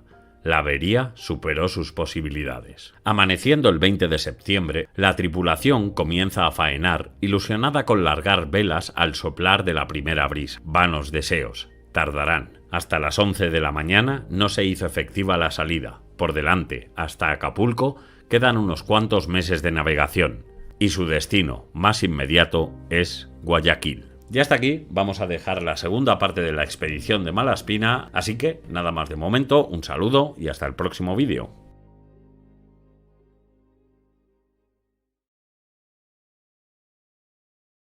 Amaneciendo el 20 de septiembre, la tripulación comienza a faenar, ilusionada con largar velas al soplar la primera brisa. Vanos deseos. Tardarán. Hasta las 11 de la mañana no se hizo efectiva la salida. Por delante, hasta Acapulco, quedan unos cuantos meses de navegación, cuyo destino más inmediato es Guayaquil. Las corbetas rastrean ahora la línea costera buscando el vecino puerto de Palta, a escasas 200 millas del Callao. Un corto trayecto, acompañado por el molesto chirriar de las aves y el majestuoso nadar de las ballenas, sonidos e imágenes entreveradas a la sombra de los Andes. 7 días bastaron para alcanzar el fondeadero, bastante concurrido. Buques, balsas y canoas se amontonan en sus aguas. La parada es muy breve, horas, el tiempo suficiente para determinar la longitud y latitud del paraje. Tienen prisa por avistar la región guayaquileña.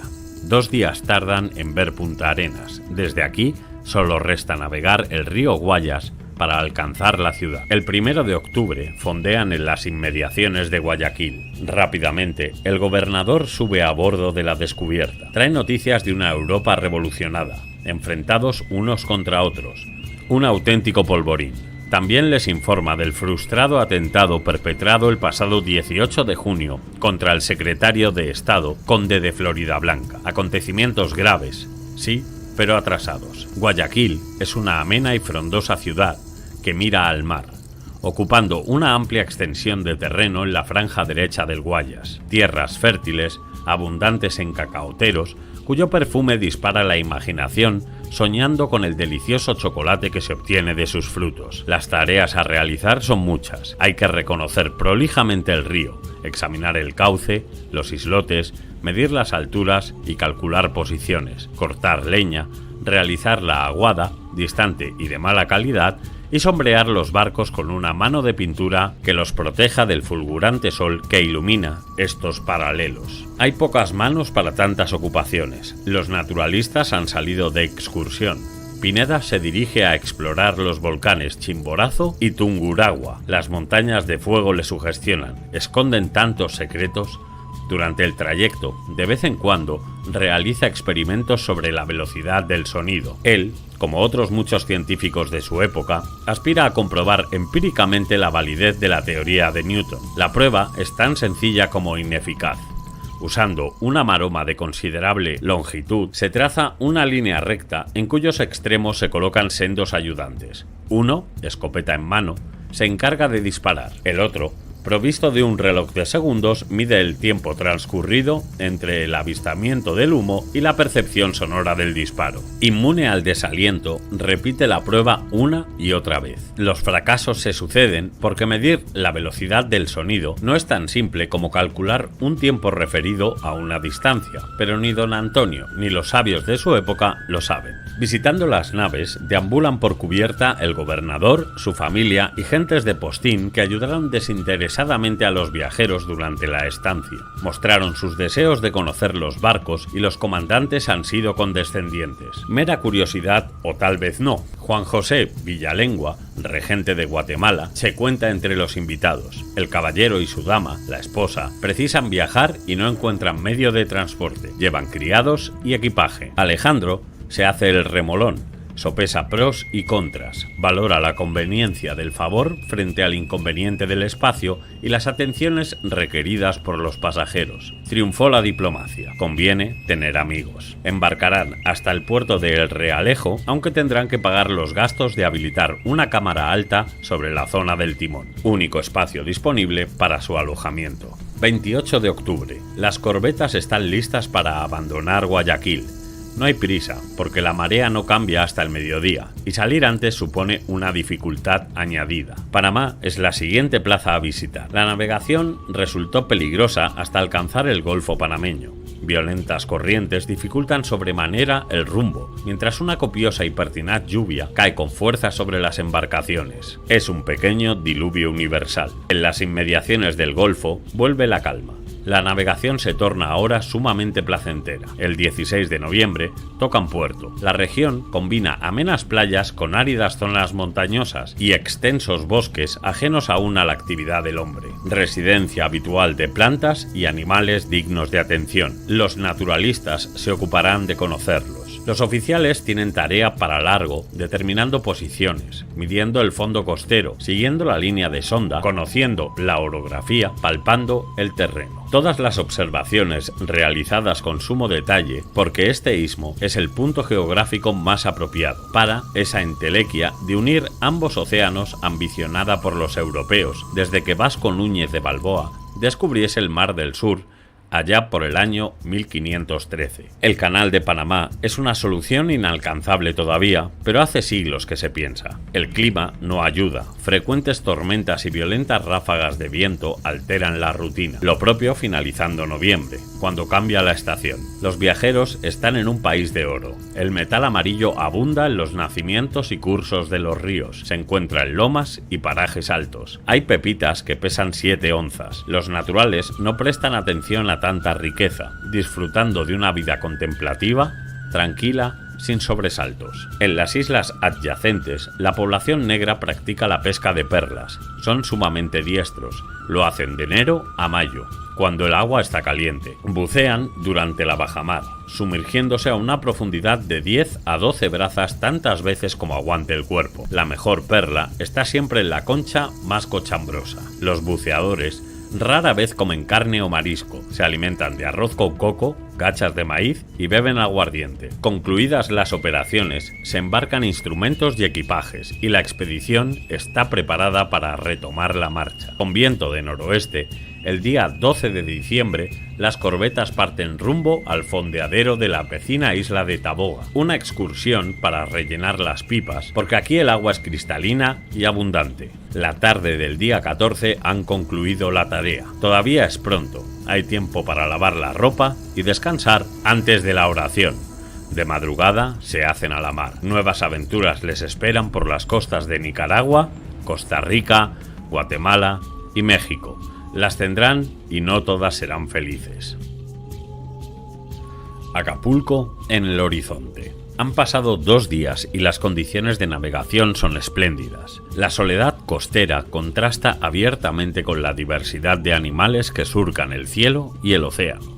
Aves, peces y mamíferos acuáticos encuentran acomodo en estos parajes. De repente, la máquina del mundo se para. A la altura del Golfo de Montijo, el viento deja de soplar. Quedan inmovilizados. Paciencia. Las innumerables bandadas de peces son presa fácil de aburridos marineros sin nada mejor que hacer. Dorados, atunes, bonitos, mantas y tiburones se distribuyen entre la cocina y la colección de historia natural. También algún ave ha caído víctima del tedio. Los marineros tienen buena puntería. La naturaleza hace más soportable el penoso trance. El sol cae a plomo y así seguirá. La posibilidad de que la tripulación sufra insolaciones es grande, un nuevo motivo de mortificación para Malaspina. Por precaución, se colocan toldos protectores y se aumenta el rancho en un cuartillo de vino, una bebida asombrosa, eficaz remedio contra el frío y el calor. 27 marineros están afectados por calenturas. Los galenos aplican sangrías, administran quina, antimoniales y ácidos vegetales. La efectividad del tratamiento es dudosa, pero es el único conocido. El calendario cruza el año 1791. Es la primera semana de enero y el tiempo mejora. Una brisa suave acaricia los barcos, regalo de los Reyes Magos. Puro espejismo, la calma vuelve rápidamente. Una desesperante quietud reina por doquier. Llevan 20 días inmovilizados. El contratiempo altera los planes de cabotaje previstos para el año recién comenzado. Hay que adaptarse a las circunstancias y decidir entre llegar tarde a la escala de San Blas, en mala época para navegar la costa noroeste, u omitir parcialmente el reconocimiento del litoral mexicano. Cabe una tercera posibilidad, la elegida por Alejandro Malaspina, que las corbetas realicen trayectos independientes. La Atrevida viajará directamente hacia Acapulco y San Blas, preparando allí las futuras etapas de la expedición. Simultáneamente, la Descubierta seguirá la linde costera desembarcando en el Realejo a los notables pasajeros que conduce. No lo olvidemos. Con la esperanza de recuperar el tiempo perdido, el 7 de enero las naves dividen sus destinos. El clima volvió a la normalidad. La Descubierta recorre apresuradamente el litoral costarricense hasta el Golfo del Papagayo. Después, sin dilación, surcan aguas nicaragüenses. El 19 de enero fondean en el puerto del Realejo. La costa occidental de Nicaragua es un referente geográfico importante, una puerta hacia el Caribe atravesando las aguas del río San Juan. Lo recordarán al desarrollar los trabajos hidrográficos. Don Antonio Pineda y don Tadeo Heinke se adelantaron en una lancha para ganar tiempo reconociendo el terreno. Al llegar, los encuentran explorando la zona, capturando animales y recogiendo plantas. Deberán ser prudentes al recorrer los terrenos pantanosos del estero Doña Paula, hábitat natural de muchas y desconocidas plantas acuáticas y escondrijo habitual de felinos que acechan resguardados entre los frondosos manglares e icacos que lo pueblan, mientras en la playa las tortugas y los cangrejos corren por la arena. Nicaragua es una región de volcanes y aquí se localiza uno de los más altos, el Viejo, con 1745 metros sobre el nivel del mar. ¿Quién resiste la tentación de trepar hasta la cima? Pineda y Heinke no. Subir resulta difícil y peligroso. 2 días dura la ascensión.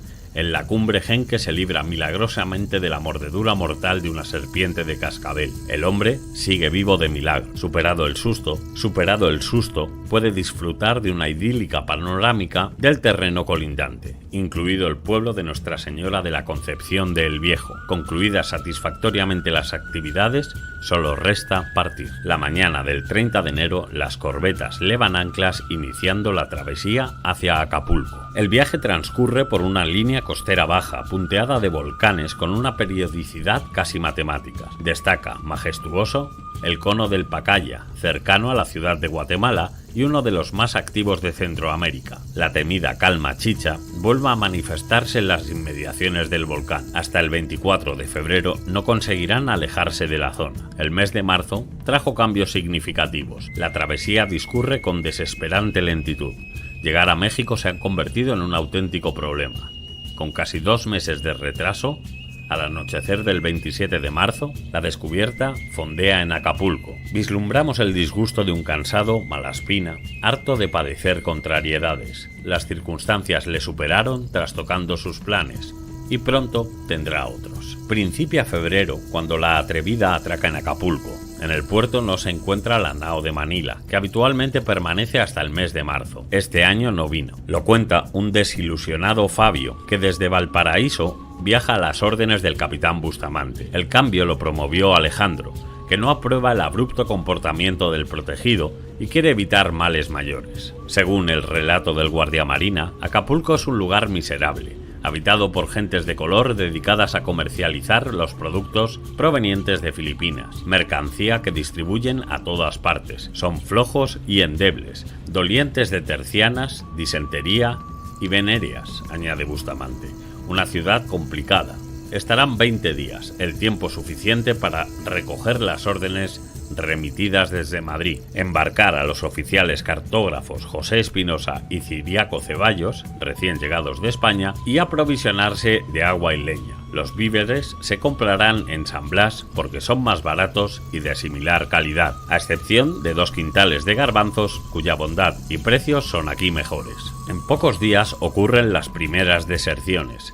La dotación completa de uno de los botes huyó. 9 hombres en busca de una oportunidad que no tendrán. Sus posibilidades de ponerse a salvo son escasas porque los nativos andan al acecho, estimulados por la generosa recompensa que su captura reporta. La fuga no duró una semana. El líder de la cuadrilla, el Gaviero Mayor, se libró del castigo. Es un tipo avispado y se ha refugiado en la iglesia, acogiéndose a sagrado. El resto no tuvo tanta suerte. Hay poco que hacer, y careciendo de mejor ocupación, un grupo de marineros limpia la quilla usando largos escobones de esparto. Sábado 26 de febrero, las 10 en punto de la mañana.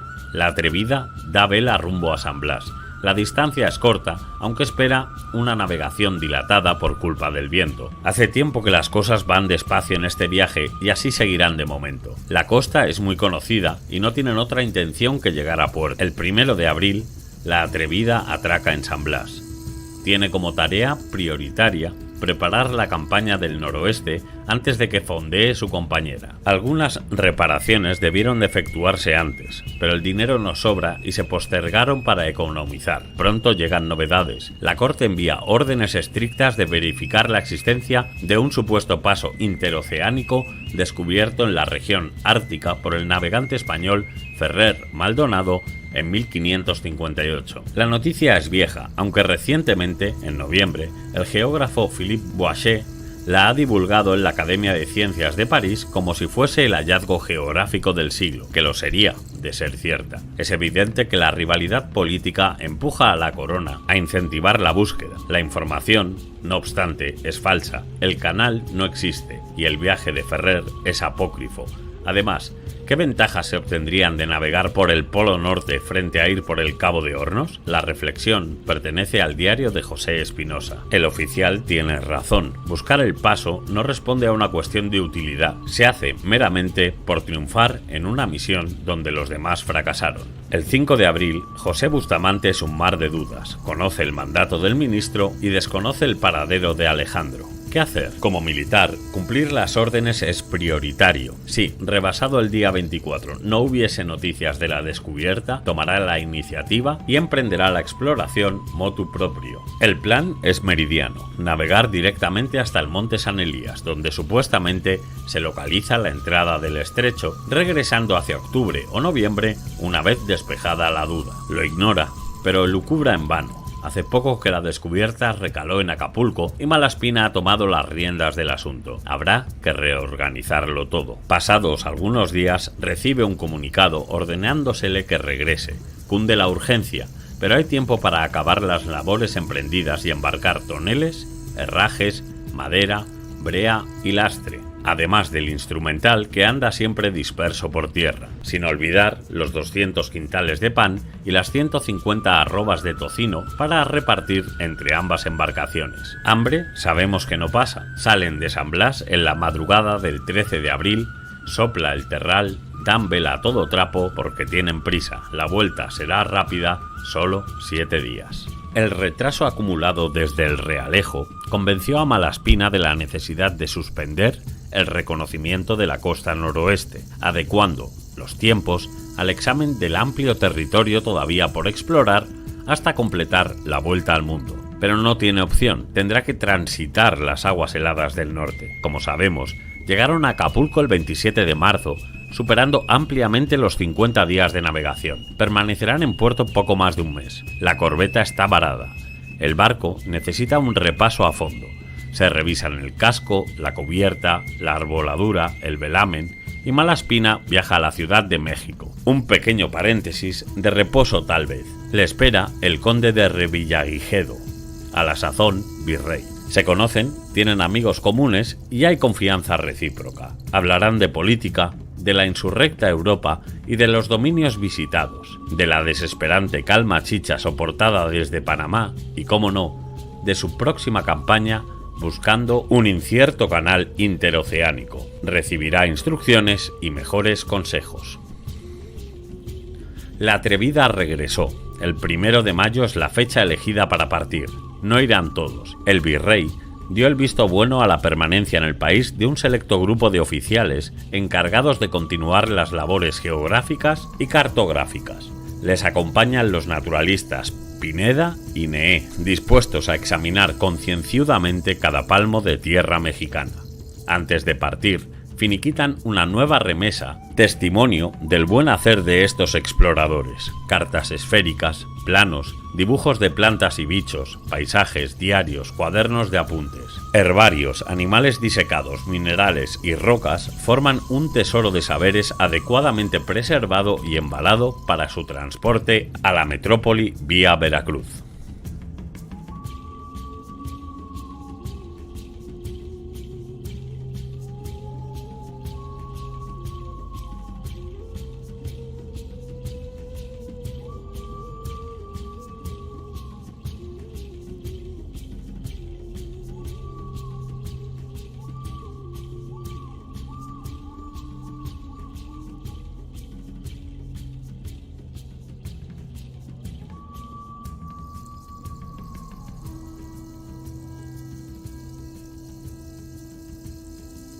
La costa noroeste, un mar de hielo.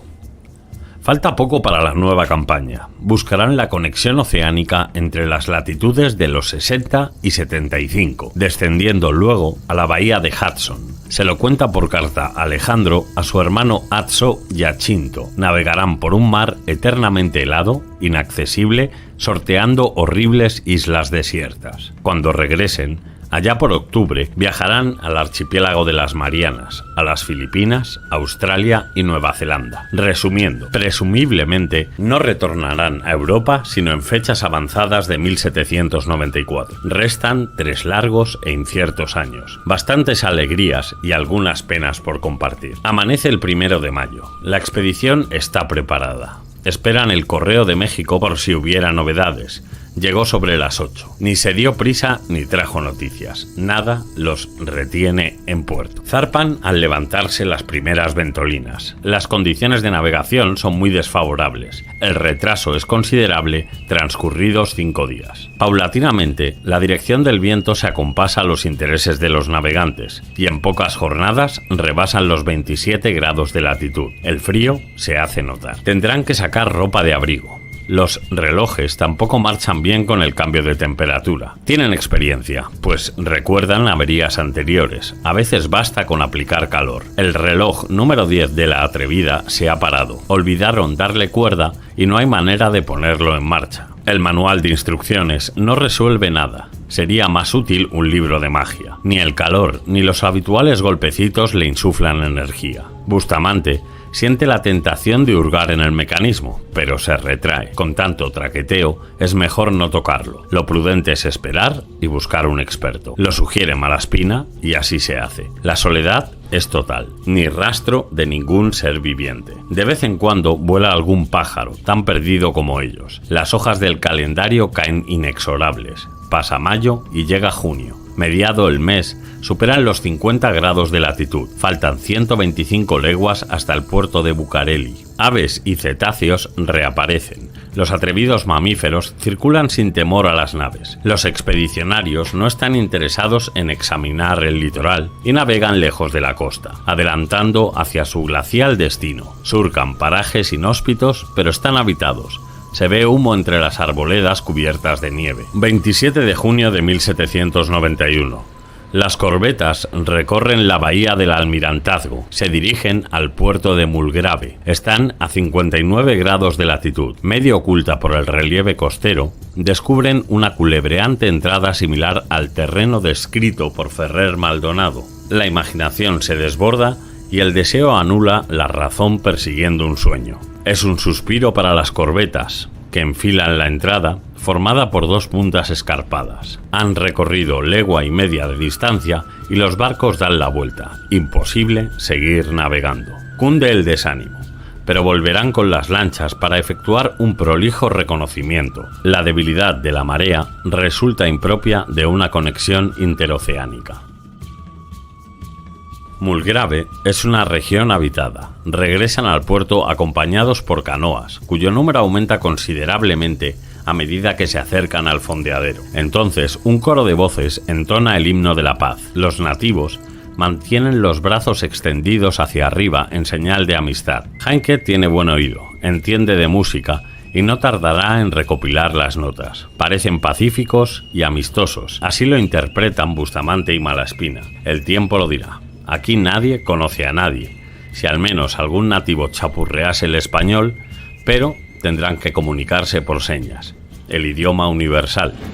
Estarán pocos días, los necesarios para cargar agua, acopiar leña, conseguir pescado y vegetales, suficiente para amistarse con los aborígenes. Sin oficio particular, desde muy temprano, los naturales concurren alrededor de las corbetas. Portan pieles de nutria, salmones y piezas de madera para canjear por ropa y hierros, aunque no desdeñan botones, clavos y otras coloridas bagatelas. Suben a bordo vestidos con pieles y descienden con una imagen extravagante, endosando viejos uniformes, chaquetas de marinero, camisas, calzones, gorros y pañuelos, prendas que conocen de anteriores viajeros y que desean tener. No se sabe bien por qué.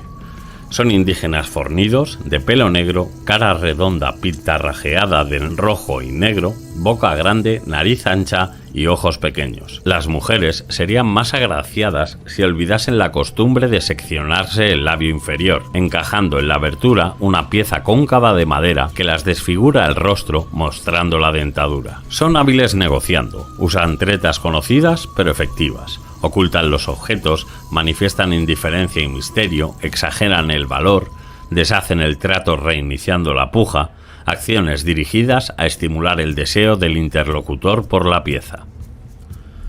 Los viajeros han conseguido un buen botín, utensilios, armas y ropas con destino al Real Gabinete de Historia Natural, y comen abundante pescado fresco, porque en el zoco mulgravense un salmón con 8 libras se canjea por un clavo de 3 pulgadas y media, un irrisorio precio en metálico. Concluida la aguada, las lanchas quedan libres para inspeccionar el canal. Es preciso aclarar la dudosa cuestión del paso. El propio Malaspina encabeza la flota. Se dilucida una cuestión mayor. Las dos barcas van equipadas para 15 días. Víveres, leña, herramientas e instrumentos no faltan. Incluso se han incorporado al grupo un calafate y un carpintero en previsión de accidentes inesperados. El tiempo es malo, llueve y escasea el viento, pero siempre se pueden usar los remos. Por el camino se acerca una canoa gobernada por una extraña figura. La reconocen. Es el hijo del cacique. Va estrafalariamente vestido de uniforme. Gorro, chaqueta, camisa y calzones, armonizando al menos con los miembros del equipo. Conoce el lugar y quiere acompañarlos como guía. Algo obtendrá a cambio. Comida y alguna baratija seguro. El mal tiempo y el viento dilatan la ilusión del estrecho por espacio de 2 horas. Finalmente, el canal desemboca en una inhóspita bahía frustrando las esperanzas. El paraje lo conforma una enorme masa pétrea sonorizado por el estruendo gigantesco de bloques helados despeñándose por los montes circundantes. Resulta imposible que tamaña superficie gélida se deshiele de aquí al final del verano, abriendo la puerta al Atlántico. La bahía recibe el nombre de Desengaño, sobran las palabras. La comitiva toma posesión del lugar, la tradicional botella enterrada en la playa junto a una moneda que identifica a la nación propietaria. El afortunado que encuentre el testigo tendrá precisas noticias del reconocimiento. La desilusión no es obstáculo para examinar la zona, descubriéndose dos islas, nominadas Janque y Pineda. La que lleva el apellido de don Antonio es sumamente frondosa. Las lanchas se disponen a regresar, pero falta un marinero. Se adentró a pie por la ensenada con intención de descubrir el estrecho. Vanos deseos. Lo que puede encontrar es algún oso errante que acabe con su vida. Durante horas la búsqueda es infructuosa y se teme lo peor. Por fin, la tripulación de una de las embarcaciones encuentra al sujeto tendido entre hielos y riscos, agotado por el esfuerzo. La flotilla regresa sin novedad el 4 de julio. En los días precedentes, el trato con los indígenas ha sido difícil y precisó de una postura firme. Aumentaron los robos en las corbetas, siendo necesario cortar de raíz los intercambios. Contrariados, los indígenas muestran su descontento con abierta hostilidad.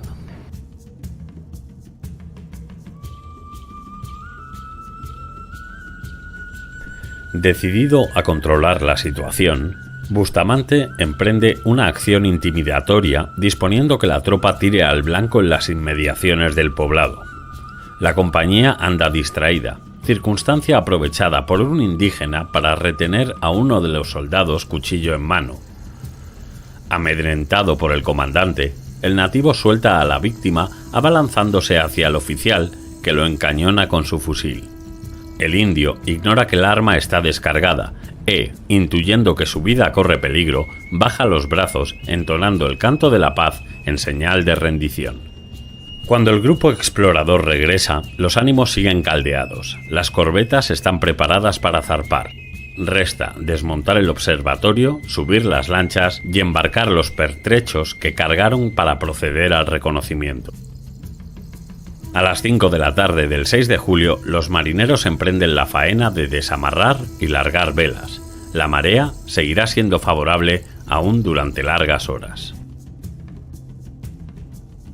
La expedición va camino del Polo Norte. El rumbo los lleva hacia las inmediaciones del Ártico, al paralelo 60, el punto señalado por Maldonado. Por el camino encuentran lugares similares a Mulgrave. Aprendieron la lección y no habrá más exploraciones innecesarias. Se esfumó la esperanza de encontrar un canal.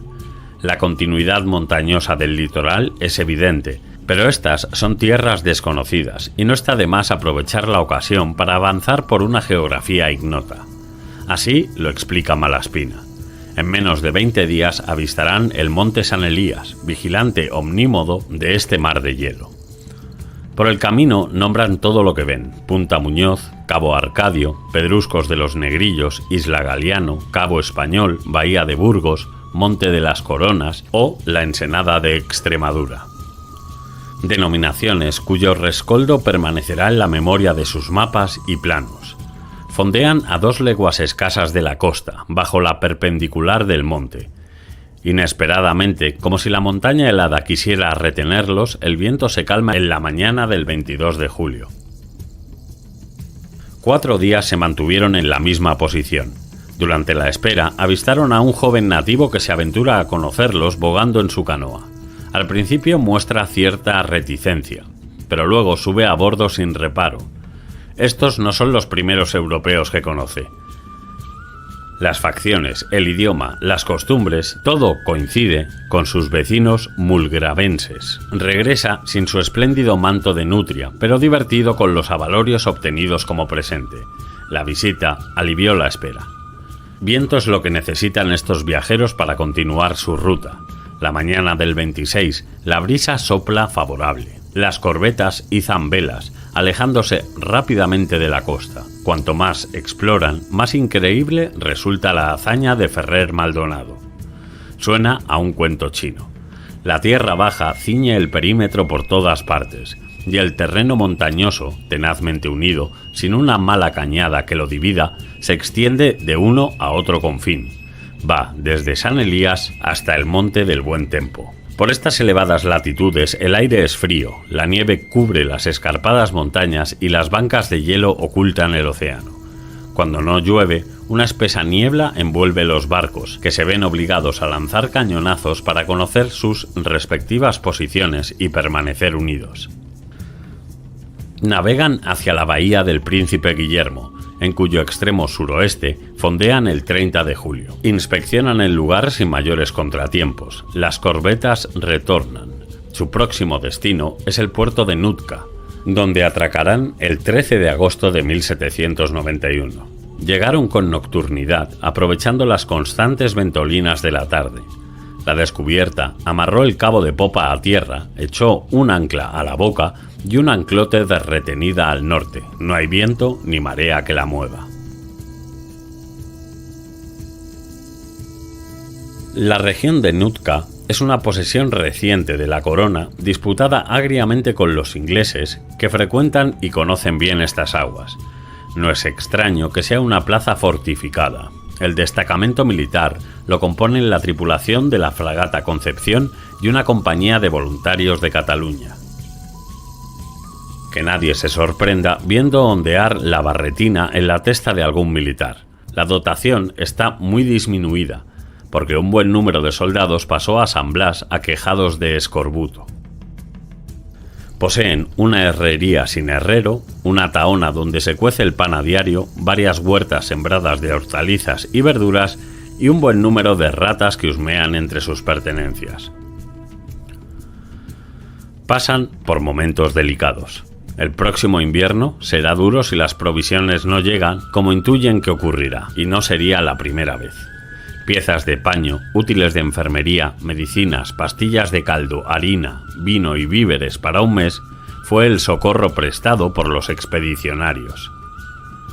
Con la complicidad de uno de los médicos han aprendido a fabricar cerveza, usando hojas de pino. Al menos tendrán bebida para acompañar la reseca carne en salazón. Durante los primeros días los nativos se muestran distantes. Pocos se acercan a las corbetas. La mayoría desconfían de los extraños. Cualquier intento por ganarse la confianza de estos recelosos indígenas resulta infructuoso. Fracasó con estrépito la estrategia de agasajar generosamente a los tripulantes de las escasas canoas, que tímidamente rompían el hielo. Repentinamente, sin motivo aparente, la situación cambia. Las canoas rodean multitudinariamente a los barcos. No hay jefe que no repita la visita. Los cantos y danzas en cueros de estas gentes son continuos y no faltan las exhibiciones en canoas de 30 remeros que, entonando armónicas canciones, evolucionan con destreza alrededor de las corbetas. El día 18, las lanchas inician los reconocimientos hidrográficos. Van convenientemente armados, cargaron víveres para 9 días y llevan el cuarto de círculo, el reloj de faltriquera y un teodolito. Los acompañan varios miembros del destacamento que se han ofrecido como intérpretes. Recorrieron los canales que conducen a las rancherías de los naturales. El más oriental comunica con el poblado de Macuina, el cacique principal. Conocieron su casa, adornada con vidrieras adquiridas a los ingleses. Contemplaron su tesoro, compuesto por barras de cobre almacenadas como si fueran lingotes de oro, y admiraron la arrebatadora belleza de su esposa, a juicio de los oficiales Espinosa y Ceballos. Los nutqueños tienen mala fama en Europa. Al viejo continente llegaron noticias inquietantes contadas por navegantes como John Miras, George Vancouver o James Cook, que los consideran un pueblo antropófago. Hecho controvertido, reducido según los últimos rumores a un mero privilegio del jefe Macuina. La circunstancia es conocida por la expedición y no será baladí comprobar la veracidad de esta horrorosa costumbre. Las pesquisas realizadas resultaron absolutorias. No hay pruebas ni testimonios inculpatorios. De hecho, las informaciones obtenidas indican lo contrario. No serán ellos quienes aviven el fuego ni alimenten el bulo. Nada extraño vieron y tampoco conocieron actos inhumanos, y así lo contaron. Estos nativos ni se comen a los congéneres ni obedecen los designios de un dios creador, pero rinden culto a los espíritus de los jefes difuntos, airados habitantes celestiales que lanzan truenos y relámpagos contra los vivos, provocando amedrentadoras tormentas. Es la voz del más allá que, temerosos, escuchan postrados en tierra esperando que la furia divina se aleje pronto. Pasada la tempestad, viene el agradecimiento en forma de canción, testimonio de una obediencia ciega. De este temor nace el despotismo de los vivos, la sumisión y resignación que el pueblo manifiesta a sus jefes. Por su parte, el lado femenino representa el alma benevolente. Con su muerte, la esposa del cacique resurge en una diosa portadora de fortuna, entonando arrulladoras canciones, audibles solo por los virtuosos que merecen escucharlas. El futuro inmortal del resto de la tribu es tan desafortunado como su vida terrenal. Llegado el momento, sus almas descienden a la oscuridad eterna, convertidas en animales devoradores de piojos. Severas leyes rigen el comportamiento de estos nativos. El homicidio se castiga con 10 días de prisión, pero el reincidente paga su crimen con la vida. A los ladrones les mutilan la cara, les amputan dedos de las manos y les cortan el pelo, siendo desterrados y convertidos en monstruos.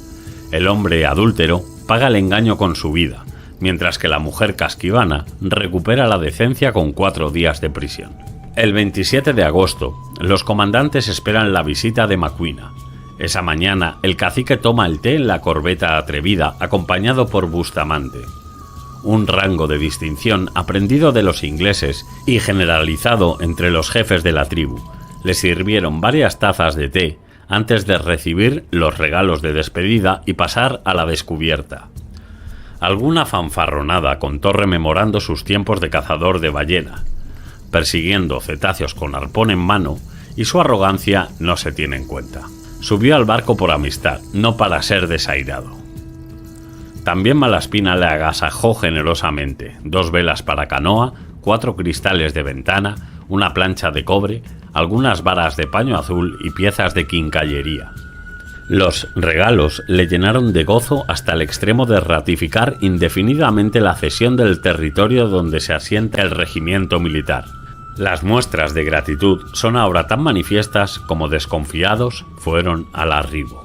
Los últimos días las tripulaciones tuvieron descanso, un merecido reposo que aliviará algo los trajines sobrellevados por las gélidas aguas del norte. Los hombres gozan de buena salud para las millas que se hicieron y los cambios de clima soportados. Así seguirán si se alimentan con las verduras recolectadas en el huerto del destacamento, un buen refuerzo para el rancho, aunque no todos piensan igual. Partirán de madrugada y aún faltan por embarcar los instrumentos, aunque el observatorio está cerca y se tarda poco en recoger los aparatos y desmontar la tienda. El intento será en vano, porque el viento acude cuando quiere. 2 veces hizo velas la descubierta y fracasó. Estuvieron de maniobras hasta las 2 de la madrugada.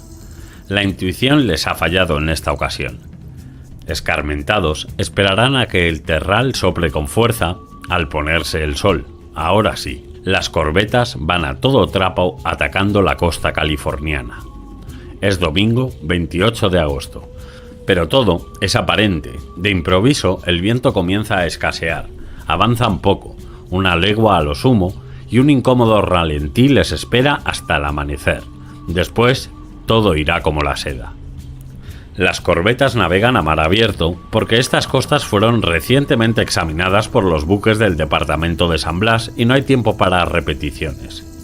Se atenderán puntos geográficos concretos, como la entrada de Ezeta en la desembocadura del río Colombia, que será otro anhelo interoceánico. La travesía transcurre apaciblemente, con un clima placentero similar al de los trópicos. Tienen ante sí costas alomadas y frondosas, rodeadas por un océano hogar de ballenas, lobos marinos, nutrias y bastantes aves. En la mañana del 3 de septiembre alcanzaron el estrecho de Juan de Fuca, un aventurero al servicio de la corona que en 1552 alcanzó estos parajes buscando el paso del noroeste. Fracasó, pero al menos se recuerda su nombre. A la altura del estrecho, la orilla continental tiene una estructura abarrancada, formando por blancuzcos montículos de arena. El perfil interior es desigual, poblándose de árboles a medida que se elevan cerros y montes. La travesía continúa por el Cabo Diligencia, el Cabo Blanco, las inmediaciones del Puerto Trinidad y el Cabo Mendocino. Desde aquí, una costa acantilada, las frecuentes neblinas y los vientos constantes son un riesgo continuo para las naves que van a Monterrey, puerto a donde se dirige la expedición. La suerte les sonríe y no hay contrariedades importantes. Un error al calcular la posición los conduce hacia una pedregosa zona costera plagada de arrecifes. Una niebla densa cubre el escenario. Azota la mar gruesa, la integridad de los barcos está en peligro y es necesario echar el ancla. Desorientados durante 2 días, permanecen inmóviles en aquel paraje buscando el rumbo correcto. Estuvieron en un tris de perderse, lo confiesa Malaspina a su amigo Paolo Greppi. El 13 de septiembre fondearon en Monterrey. Llegan a una comarca saludable, sin vicios, con buen clima, mejor comida, las carnes más especiales y abundantes verduras. Una situación idónea para recuperar el vigor antes de pasar a los trópicos. Así lo cree Bustamante. La nao de Filipinas transita el lugar. Resulta temerario por la escasa maniobrabilidad de la embarcación y el difícil acceso portuario. Tiene obligación de tocar puerto bajo multa de 4.000 pesos, pero pocas veces lo hace y no le faltan argumentos al capitán para escabullirse del pago de la sanción. Monterrey cuenta también con un presidio, residencia también del gobernador y una dotación militar de 63 hombres, complementada con las tripulaciones de los buques del departamento de San Blas que con frecuencia recalan en el fondeadero. Distante apenas 2 leguas sobre las márgenes del río Carmelo, se localiza la misión de San Carlos, atendida por franciscanos. La congregación reúne un creciente número de indios atraídos por una vida pacífica regulada por la palabra de Dios. Hacia la ribera camina Malaspina, busca noticias de los nativos para colocar otra pieza en el puzzle universal sobre el género humano que con tanto ahínco compone durante el viaje. Según Alejandro, estos pueblos son los más incapaces del orbe, muy diferentes a los habitantes del norte. Los enfrentamientos son continuos, aunque aceptan con agrado la protección de la sociedad civilizada ofrecida por los frailes. Los religiosos les ayudan a sobrevivir cultivando maíz y trigo y cuidan del ganado, que supone una renta importante para la misión. Las tripulaciones se solazan comiendo deliciosa carne regada con abundante vino. Algunos pasean a caballo hasta la vecina misión. Todos disfrutan de un esparcimiento y diversión que ha de robustecer su salud. Descanso para el cuerpo y la mente. Por si fuera poco, el gobernador decidió celebrar corridas de novillos casi a diario. Algo de ejercicio y más distracciones que los alejarán de la bebida algunas horas. Heinke es un tipo con suerte. Transportadas las semillas por los vientos invernales, en las orillas del Carmelo fructifican una variedad inimaginable de plantas, propias de un espacio 100 veces mayor. Recolectó un buen puñado. Las tareas se han concluido y la expedición se prepara para zarpar. Midieron longitudes y latitudes, examinaron los relojes, compraron algunos quintales de menestra seca, repusieron el cargamento de sal y embarcaron algunas reses vivas que oportunamente sacrificarán. Son las 9 horas del día 25 de septiembre. Tendido el aparejo y sujetas con un ancla, las corbetas esperan la virazón. El viento no tarda en soplar. Poniéndolos rumbo a Acapulco, avanzan lentamente porque hay marejada y el viento no ayuda precisamente. Por la tarde, las condiciones son más favorables. La franja californiana que los separa de México es un terreno muy conocido, sin objetivos cartográficos relevantes. La travesía resulta rápida y apacible. La provisión de anclas se agota y no podrán fondear muchas veces. Será necesario navegar también de noche. ganando tiempo y ahorrando material. El termómetro marca 32 grados al sol. Hace calor, así que habrá que tomar medidas para prevenir insolaciones y calenturas, trabajo moderado, máxima ventilación, bebida abundante, en la que nunca falta el cuartillo de vino y el gazpacho. El buen humor acompaña, esta es la mejor medicina. El 1 de octubre, la isla de Guadalupe es visible, a 14 leguas de distancia. Orillas escarpadas, sin rastro de vegetación y con escaso abrigo para los barcos, componen su perímetro. El día 6 alcanzan el extremo meridional de la península de California, el Cabo de San Lucas. Por economía, las corbetas emprenden trayectos separados. La Descubierta transita hacia San Blas, mientras la Atrevida navega directamente hasta Acapulco. 10 días tardó esta última en alcanzar su destino. A las 4 de la tarde del domingo 16 de octubre, la Atrevida se adentra en el puerto y fondea sobre un ancla con una soga amarrada al muelle. El día 10 atracó en San Blas la Descubierta. Necesitan cable, maderas, sebos, pinturas, anclas, entre otros útiles, y Malaspina aprovecha el tiempo para remitir al ministro Valdés los informes sobre el paso del noroeste y mandar recado al grupo comisionado en México avisándoles de su inminente regreso. También les envía el cronómetro 61, averiado por si alguien en la capital conoce el oficio y lo repara. Tampoco olvida el comandante recoger los materiales elaborados por el oficial Salvador Fidalgo en su anterior campaña por la bahía del Príncipe Guillermo.